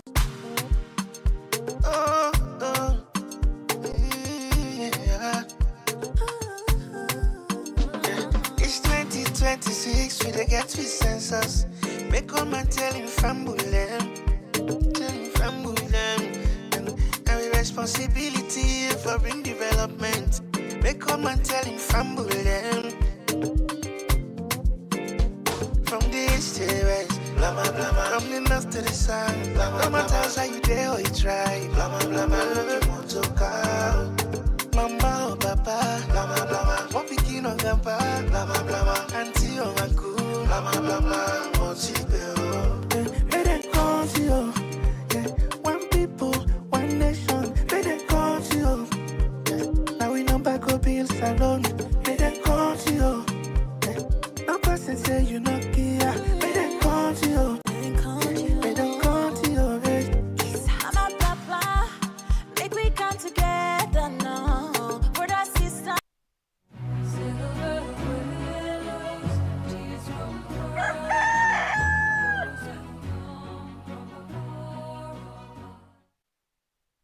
Welcome back. This is Wake Up Saturday on AYV Television. Don't forget to send in your comments and your thoughts to our Facebook page, AYV News, and be part of the conversation. Now, in our final segment, joining us this morning in the studio is the presidential spokesman, Honorable Alhaji Alpha Kanu, who is here to talk about President Bio's achievements, including the recent FI Priority Summit in Miami, amongst other things. Good morning. Good morning, Honorable. Good morning, Bakari. How you doing? Good morning, everybody. Good morning. Good. Honorable, many Sierra Leoneans are currently struggling with the cost of living, you know, and just this morning we were talking about filling stations, you know, that are currently closed, and we've spoken lengthily about other issues as well, and I'm also sure you listened to our last bit of conversations we had on drug. What has actually improved when it comes to the daily lives of Sierra Leoneans under President Julius Maada Bio? That's a direct question, and I'll give you a direct answer. First of all, we are not where we were a year ago. As far as the welfare and the lives of Sierra Leoneans are concerned, we have improved a little bit. And here, I refer to the situation where the staple food, rice, was hovering around the 1 million leone mark, call it 1,000 leones now with the new money. Now it's 650 all around, even in remote areas. I was in Cambia. Rice is 650 for 50 kilograms. And 750 leones for 60 kilograms of Walla rice, which makes it cheaper than the internationally grown rice. So that has improved. We have also had some metrics that show us that even in the health situation, that's improved. Before, Sierra Leone was described as a country where it is worse to be a woman of childbearing age in the world. We had the highest infant mortality, the highest maternal mortality. Women die when given life. They lose theirs. But this government has improved that so much that even the WHO commended Sierra Leone as the most well-improved country in terms of reducing maternal mortality and infant mortality by almost 60%. So that's success. But that's not what we want. A woman dying is still not acceptable. So we are working towards that, improving the health infrastructure, improving the health delivery, improving vaccinations and things like that. There's also the improvement on the free quality education. The free quality education has given every child born in Sierra Leone, 3 years and above, an opportunity to go to school and learn something. It was not like that in the past. I went to school in an era when it was necessary to pay school fees. It was not expensive. It was 8 shillings and 4 pence a term in primary schools, and about 3 leones in secondary schools, or 2 leones 50 cents. I tell you what, when a class of young people, 10 of them start school in September, by January, 5 will not come back because their parents didn't have the 8 shillings and 4 pence. That's not happening anymore. I had a lot of colleagues who started school with me together. They ended up being apprentices on trucks and launches because they could not further their education because of the cost of access to education. President Bio has removed that. It's improved. There were times when we were taking the GCE exams to go to college and all that kind of thing. You can count the number of people in any school that actually get grades enough to matriculate, to go into tertiary education. You can count them with the fingers on one hand. When I took my GCE O-levels in St. Francis in 1970, I think about 20 or 30 of us took the exams, but only 2 of us were able to go to university. Today, and I give you a specific example of 2022, 122,000 young people graduated with grades enough to enter tertiary education. Is the job market ready for them, Honorable? That is the problem. So I'm coming back to job employment now. That is why this FII Priority Summit, attendance by His Excellency President Bio, is important. You can only improve the job market when you have investments. And investment is not found in the country because we don't have that. At the FII Priority Summit in Miami in March this year, the heads of the biggest organizations, the sovereign wealth funds, the infrastructure builders, financiers, and things like that, were there.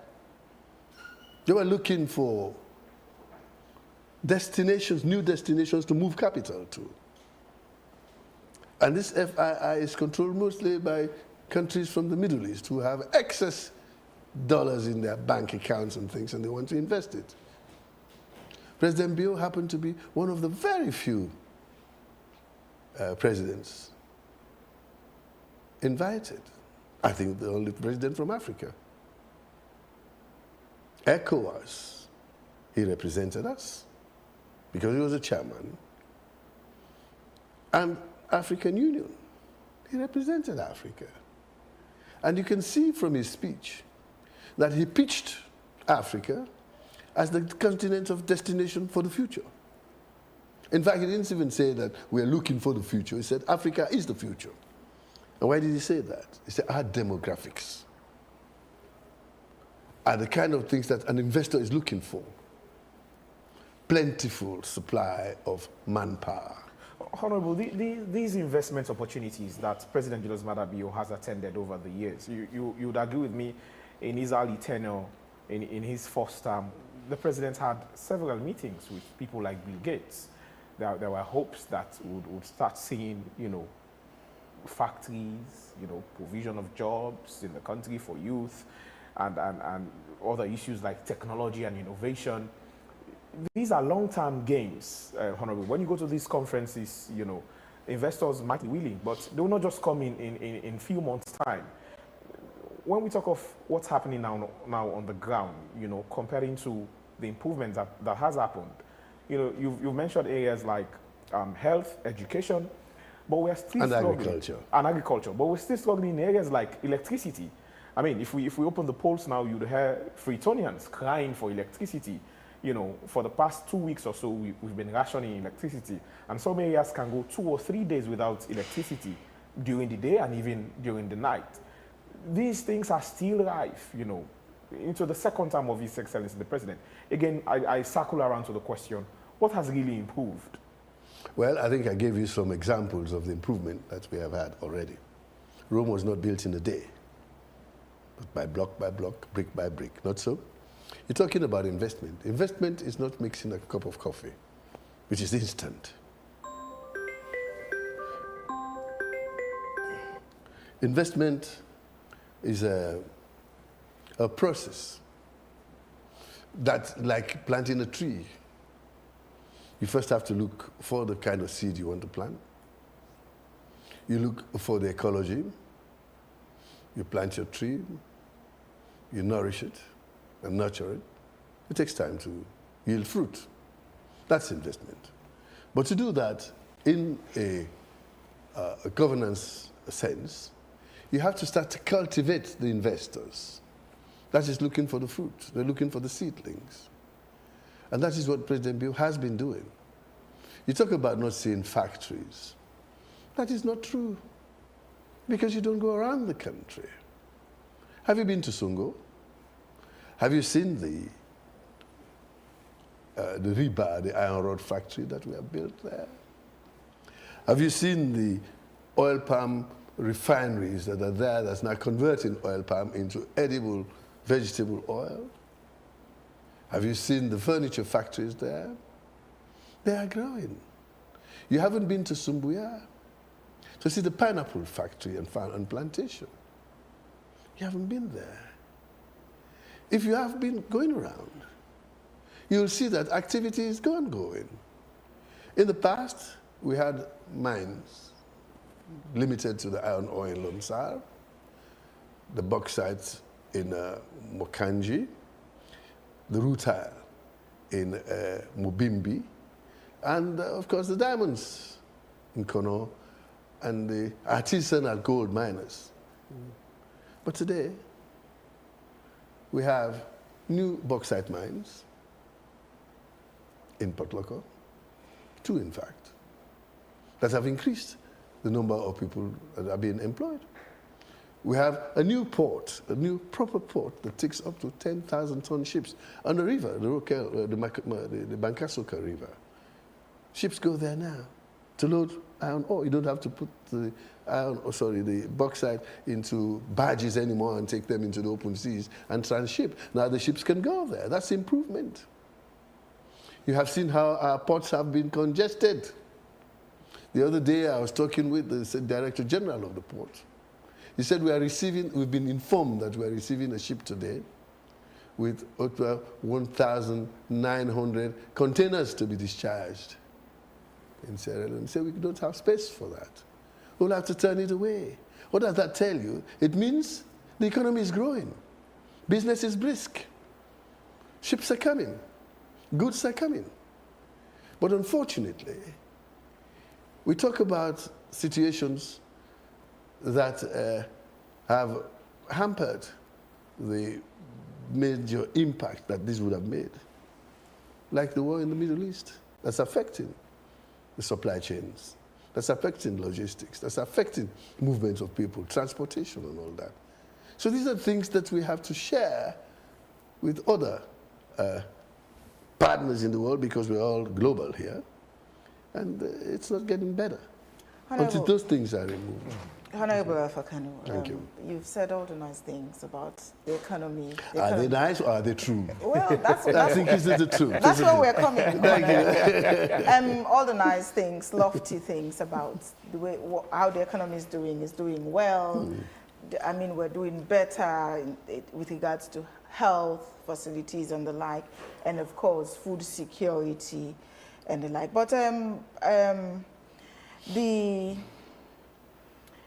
WFP, World Food Programme report, this was in 2020, which says findings of Sierra Leone food security monitoring in January 2020. Please permit me to just take an excerpt of this. Go ahead. So the latest food security analysis shows a deterioration in food security in Sierra Leone compared to, say, in 2019, with the total food insecure population increasing from 34% to 47.7%. I don't want to go downwards and read everything. I just wanted to bring that to your knowledge. If Sierra Leone is really doing as well as you're saying, and in fact, in practical terms, you earlier mentioned in response to Bakari's question that rice is a little bit cheaper. No, it's a lot cheaper. It's a lot cheaper. 35% cheaper. Okay, I beg to differ, Mr. Khan, because we're talking about the strides that this government that you're working for have made so far since they took up office. For instance, they came in 2018, and in 2018, we were buying rice at 200,000 old leons, which is 200 Well, let me millions. correct you. It was 300,000. Well, I was buying at 200 leons, Well, maybe Mr. you were Khan. buying something Maybe they different. loved me too much. Yeah, that's But it. even the president, in his debate, he did mention that the people are tired of buying rice at 200 leons All right. per bag. Okay. So I guess myself and the president were on the We're same. on the same plate. Exactly. On the same plate of So, rice. and we're talking about, I mean, it got to a point when we started buying rice during this regime. It got to a point when we started buying rice over 1 million leons. Good.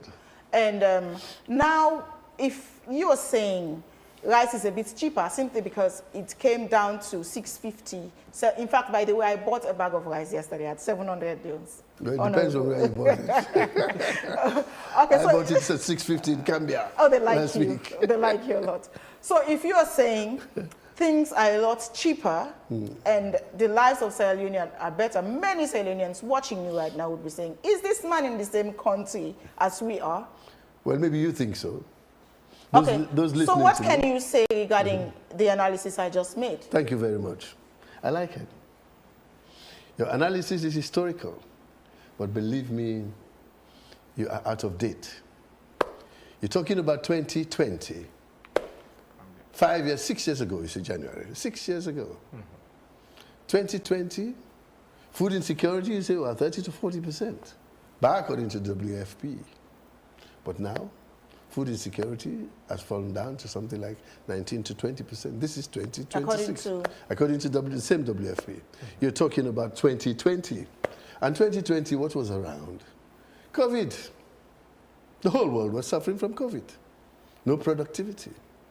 Supply chains were stopped and all that sort of thing. You know that. So there were global issues that we were facing at that time.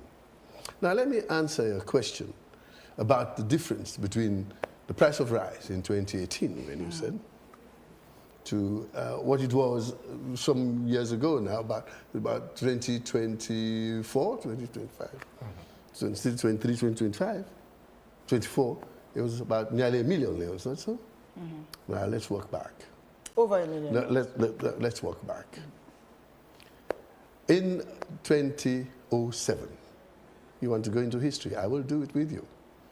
In 2007, when we came in as a government with President Ernest Bai Koroma, we inherited the price of rice from the SLPP-led government of Alhaji Ahmad Tijan Kaba, blessed memory, at 60 leons. We left it at 300. All right? 60 leons to 300 is 5 times. 6 times 530. 500% increase. You don't look at the absolute figures because there's inflation. You look at the percentage increase. It's 500%. All right? Okay. We inherited it at 300,000. Today, as I speak, it's 650. It's just over 200%.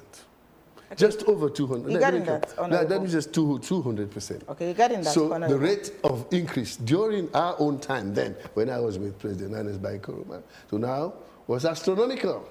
500% increase. This one is 200%, and it's 8 years into his government. And now it's going down. I just told you. It's the process by which you do to manage something. The issue of the price going to 20 is the disruption of the COVID, and then the Ukraine war. The Ukraine war impeded the progress of the world by reducing the number of ships were plying the seas and all that because of expenses on insurance and cost of all that. So the Ukraine war affected us. So you see, there are two issues, two global issues. We had the COVID, the pandemic, and then immediately after that is the Ukraine war.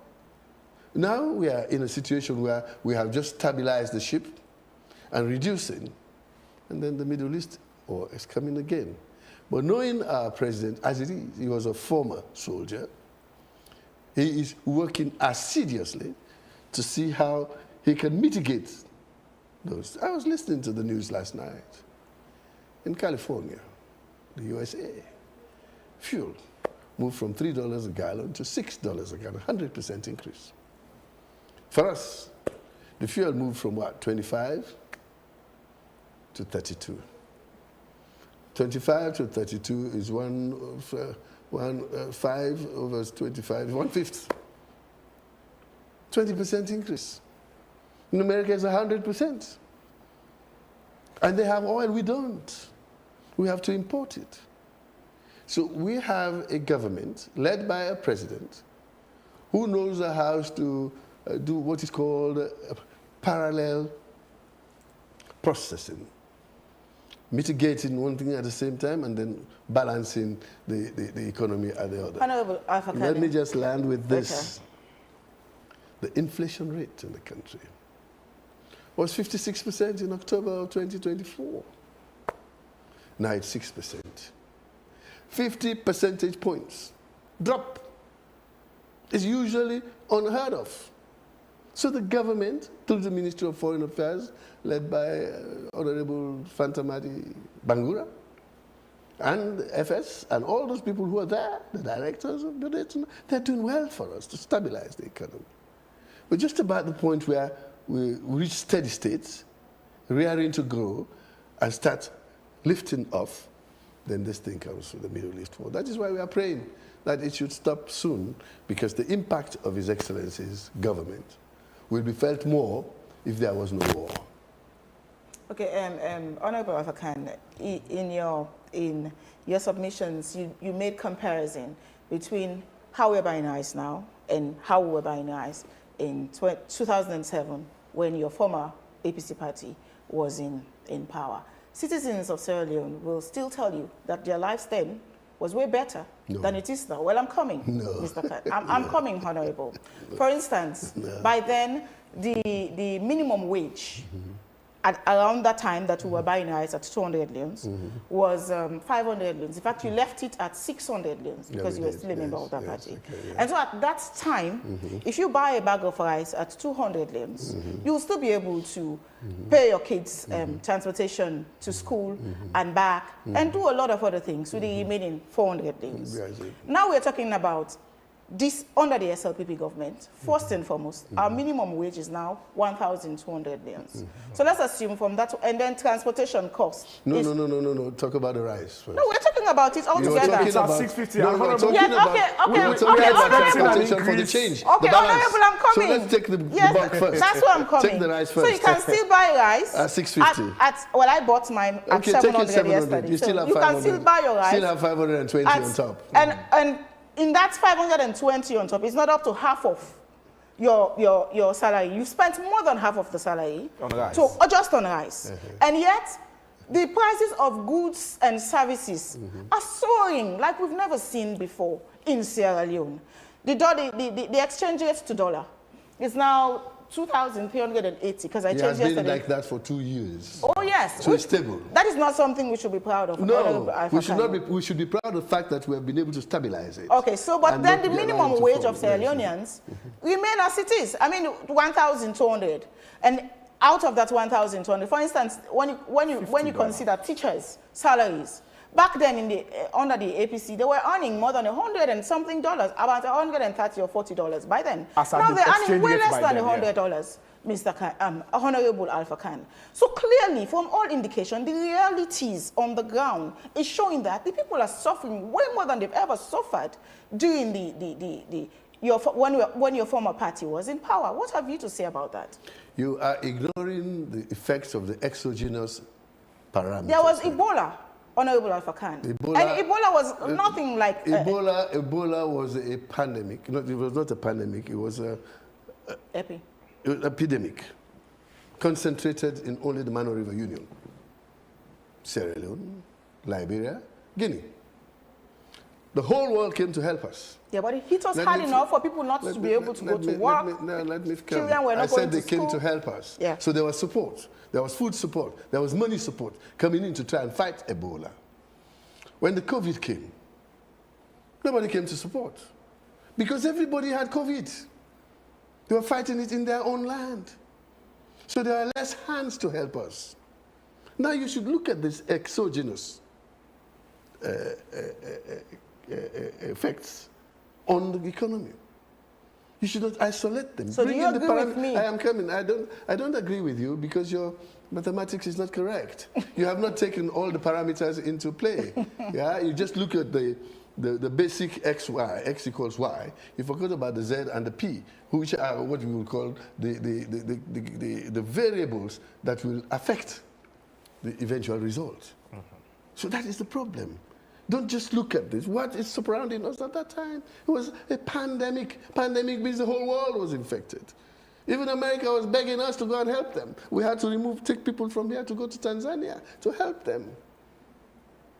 So this is what happened to us. So let's leave that. That was in 2019. That argument, yes, it's 2019. And now we are in 2026, Honorable. We are in 2026.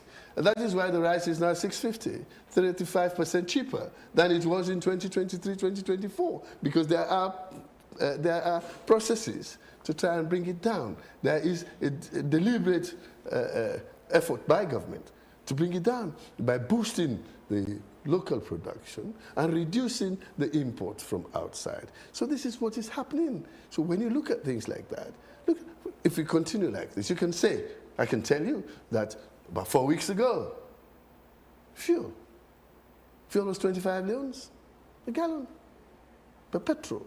Today it's 32. Just in 4 weeks. Now I'm telling you, it's 32. And it's no making of ours. It's because of what's happening in the world. What is Guinea doing right that we are not? Guinea is more expensive than we are, the fuel, I can tell you. I just came from there. It's more expensive than here. How much are they buying fuel as of today?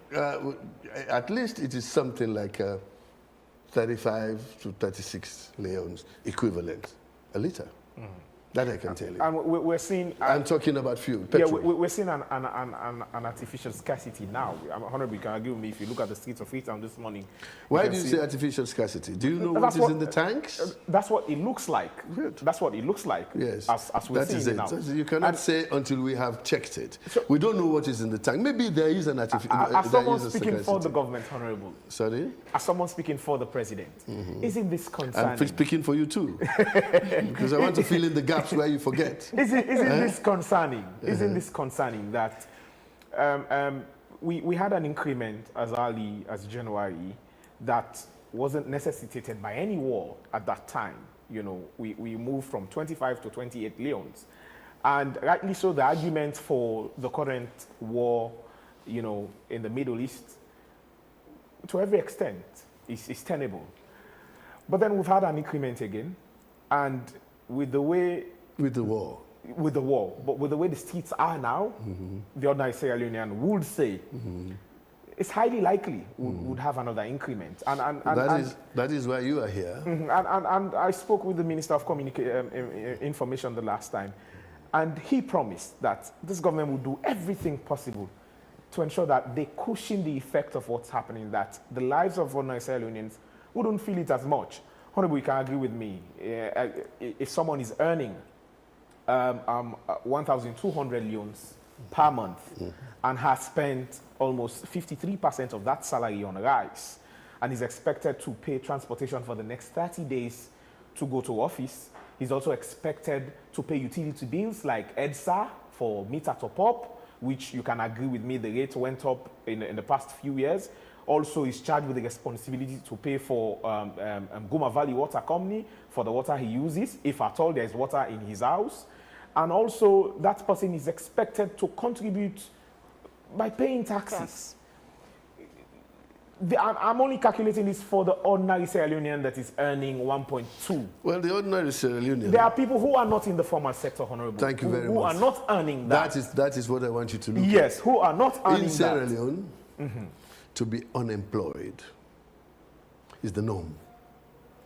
To be employed is the exception. We don't have factories. We don't have industries where you can employ people formally. But you pointed to the factories at Songo. When I say, how many of them? How many of them? We are now building them. I just told you. Rome was not built in a day. It's built over a long period. We started building the brick by brick. The foundation is being laid. And the president attending the FII, Priority Summit, is part of building the foundation, attracting the world's capital flow into Sierra Leone. And that's going to be happening. So now let us go back into your own analysis. You talk about the fuel was raised from 25 to 28 leones when there was no war. But you forget that the fuel before that was reduced from 30 to 25 leones when there was no war. Not so? The fuel was reduced from 30 to 25 leones when there was no war. So it means the market fluctuates. As we are consumers, not producers of fuel, we have to depend on those who produce fuel, those who transport it, the supply chains, and all of this. So the oil marketing companies, working with the Ministry of Trade and Industry, have devised a formula which automatically adjusts prices of fuel up and down, depending when it reaches a trigger point. At what point they have something they call the Platts. The Platts is the one that determines how fuel is sold, FOB, from the refineries to us, the consumers. On a daily basis, that price changes. So when the price fluctuates beyond a certain percentage, which is called the threshold, the formula kicks off and calculates the new price. And if it goes below that threshold, to a point where it gets to a lower threshold, it kicks off again and reduces the prices. It's automatic. So that first decrease of fuel was subject to the fluctuations of moving from 30 to 25. And 25 to 28 was also subject to that. Now 28 to 32 is the war, the effect of the war. So you can explain all of these things, and I'm not here to explain. Because everybody now with social media and all that, you know what is happening in the world. You hear what's happening. Even in England, they have serious issues with fuel. Some countries, they've started rationing fuel. Not only is it expensive, but they are rationing it. You cannot get more than, I think, in France. They are rationing fuel. So we are now victims of the problems that are happening elsewhere. It's flowing over here. So you cannot really say that government is not doing well. But to come to... Honorable, let's talk a bit about infrastructure. In the first term of President Julius Maada Bio, personally, I was part of those field survey involving, the proposal to construct the Lunge Bridge. I will ask that question firstly and continue. What has happened to that project? That's the first question. Then, sometime in 2023, I think after or before the elections, we were at the launch of this initiative along Songo, and you personally promised that if that project kicked off, it will change the lives of Sierra Leoneans. You also talked about the reintroduction of the railway system, I can vividly remember, you know, on infrastructure, it deals with every facet: transportation, electricity, you know, technology. Technology, the airport. I know you are also going to mention that, and you were at the launch. So why ask me? And you were at the launch, and you rightly so praised the infrastructure and what it meant to the people of Port Loko district. But then, Honorable, the Lunge Bridge, is it a ghost project, firstly? Thank you very much. And the railway system you talked about, the reintroduction of the railway system. The question in Boku. Yeah, President Biode can go just no Honorable. Aren't we seeing those big infrastructure? No. You are not seeing a failure in that. When you plan, there's always a plan B. I'll talk specifically about the Lunge Bridge. The Lunge Bridge is a project that would have expanded Freetown into Lunge. When you build a bridge, you build it to somewhere. And Lunge, as it is today, is just a small town. How many people, apart from those going to fly to go, were using that bridge? And that bridge cost $1.8 billion. How long will you take to amortize the expenditure on that? So that is a financial consideration. The intention is there. The plan is there. You need an investor, strong enough, bold enough, courageous enough. Say, look, I will take this risk and I can put my money in for a longer period than that. But most people just want it 20, 25 years. But then where is the traffic? There's going to be a toll bridge. How many vehicles will be going across? So what are we doing now? If you can't build the bridge, you build the city. You build Lunge. That's what we are doing now. At the moment, you know that we are building a Hilton Hotel at Lunge for 100 first-class, 5-star rooms. We are building a Congress Hall that will seat 1,400 people, which is twice or 3 times the size of Bintumani as it is. We are building villas to accommodate at least 15 heads of state of ECOWAS that are coming here in July. That job is ongoing, feverishly going. And when that is built, what happens? Jobs will be created. At the building process also phase today, jobs are created. For 600 young people from Sierra Leone, Lunge in particular, and Port Loko in general, are working there. So they got jobs for the building. After that, they have to be retrained. Some of them have to be retrained now, reskilled, to be able to serve in those hotels, in those Congress halls, and into these villas for the heads of state that are coming. But when that infrastructure is ready, it means Sierra Leone can now host international conferences. And conference tourism is one of the fastest ways now of building economies. So that is why. So if you have built that, then when Lunge grows into another city like Abuja, and I'll talk about Abuja, you now have somebody interested in building the Lunge Bridge to link Freetown, because there's now traffic going to Lunge and traffic coming from Lunge. So you have created the parameters for a bridge to exist. You don't build the bridge to nowhere. Lunge would have been a bridge to nowhere as it is. So now we are creating the somewhere for that bridge to go. There's already somewhere in Freetown where we are living, but then you go to nowhere. Now that we are building a somewhere, you will leave somewhere to go to somewhere. So there will be crisscrossing of traffic all day, and that will be interesting and attractive to an investor or a group of investors. That is why the president's visit in Miami was very important. Honorable, the railway. The railway. The railway, the investors, when I left me now. And left for more you. The railway is infrastructure. The railway has to serve a purpose. Infrastructure refers to the fundamental... Well, come on, who that is? Well, yeah, I can take up what we go for. McLean, help us, producer. So this woman, they talk about cool. I don't ask her nothing. Infrastructure is the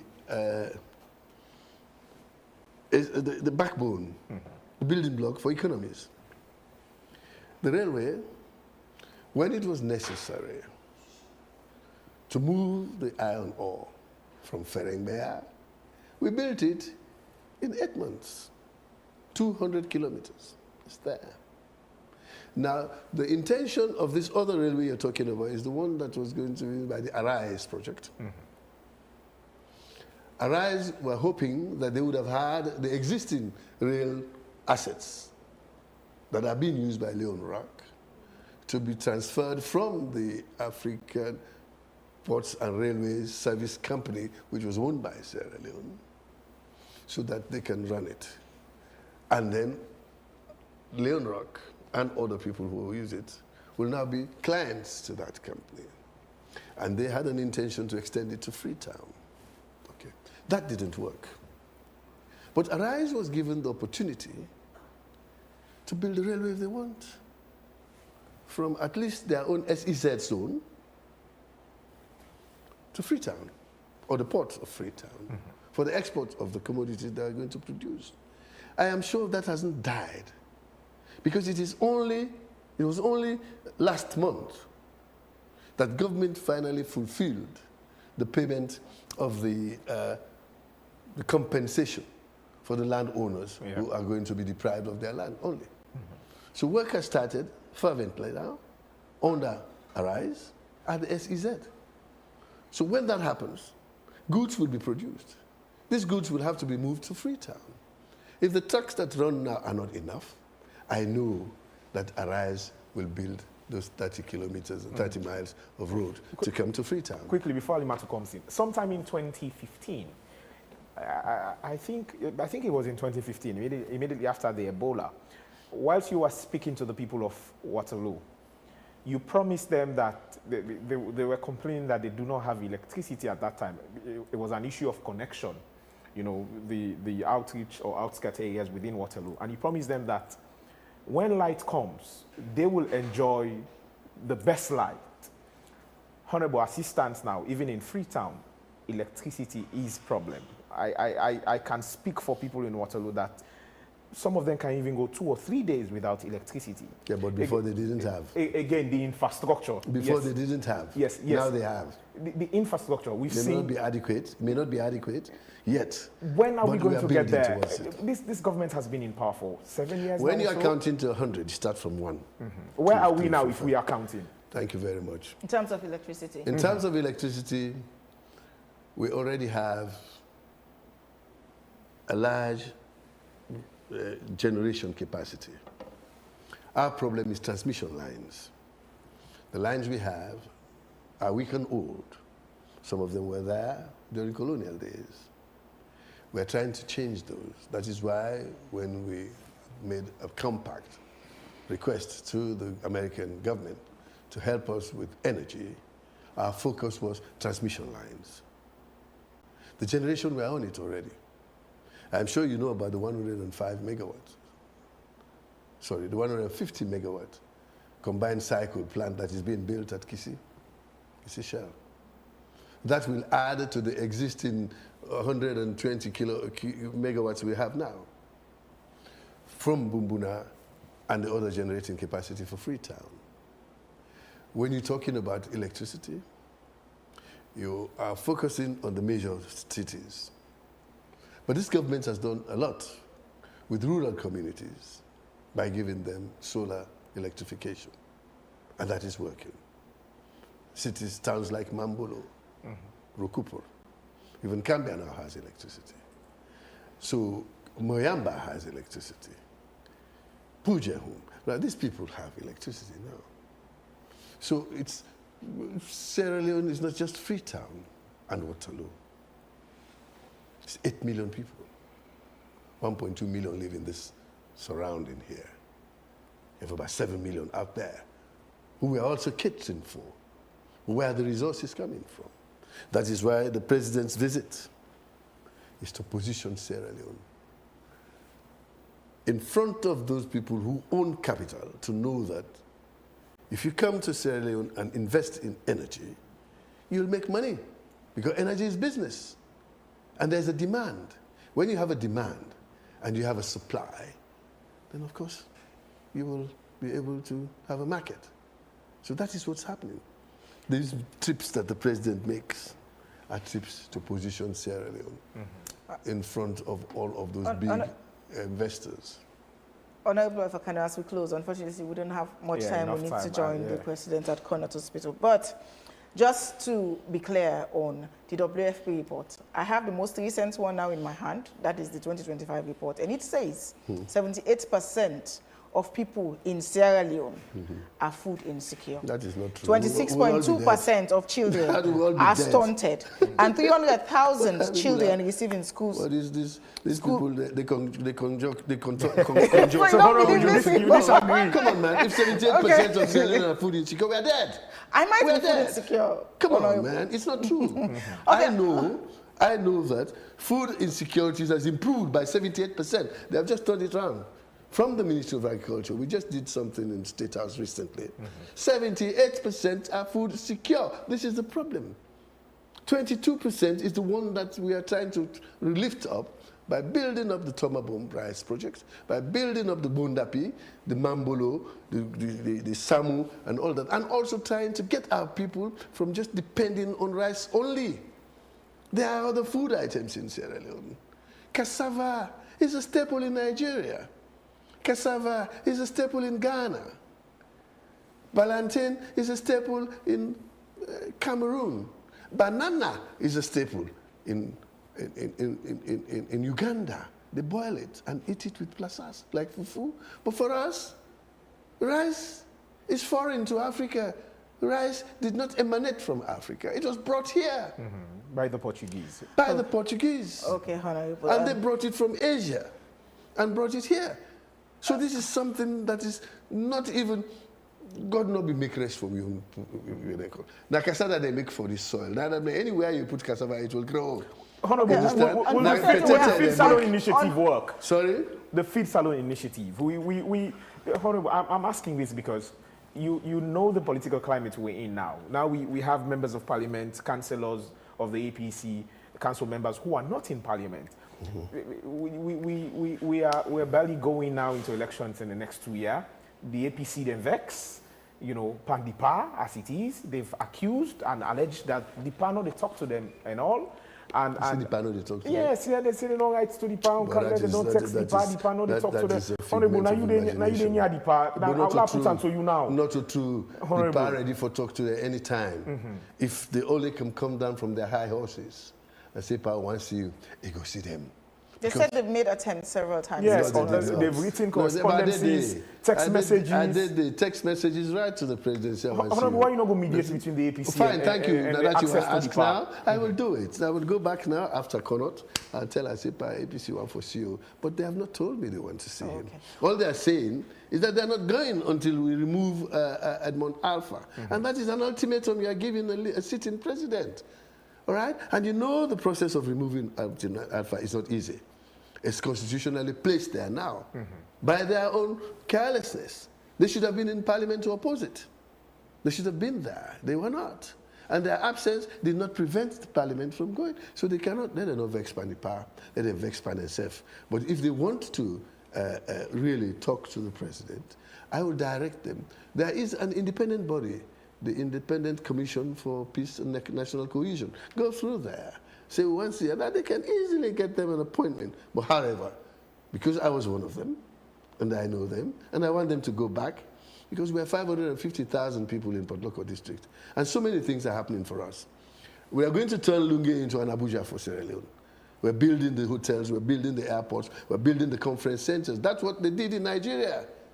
That's what they did to turn Abuja. After that, the people built for themselves. Now, Abuja is a big, bustling diplomatic and administrative powerhouse. Not so in Africa. We want to do that for Lunge. Okay. So Abdul Kagbo, Latif, Aminata, and all those people who represent us, Nami MP them, represent, go to parliament and fight for us. We have an opportunity to turn Lunge into an Abuja movement for Sierra Leone. Honorable Fakano, that is where unfortunately, that's where we'll draw the curtains down on. Thank you very much for joining us this morning. Thank you so much for showing up. This is where we'll end this edition of Wake Up Sierra Leone. We want to say thank you very much to the sponsors for their support of the program, Wakeup Commercial Bank, and to all our audience. We want to say we love you and continue to tune in to AYB for the rest of the day as we have other interesting programs coming up. I've been your host, Alimatu Judge. And I'm Bokari Matia. Do have yourself a blessed day.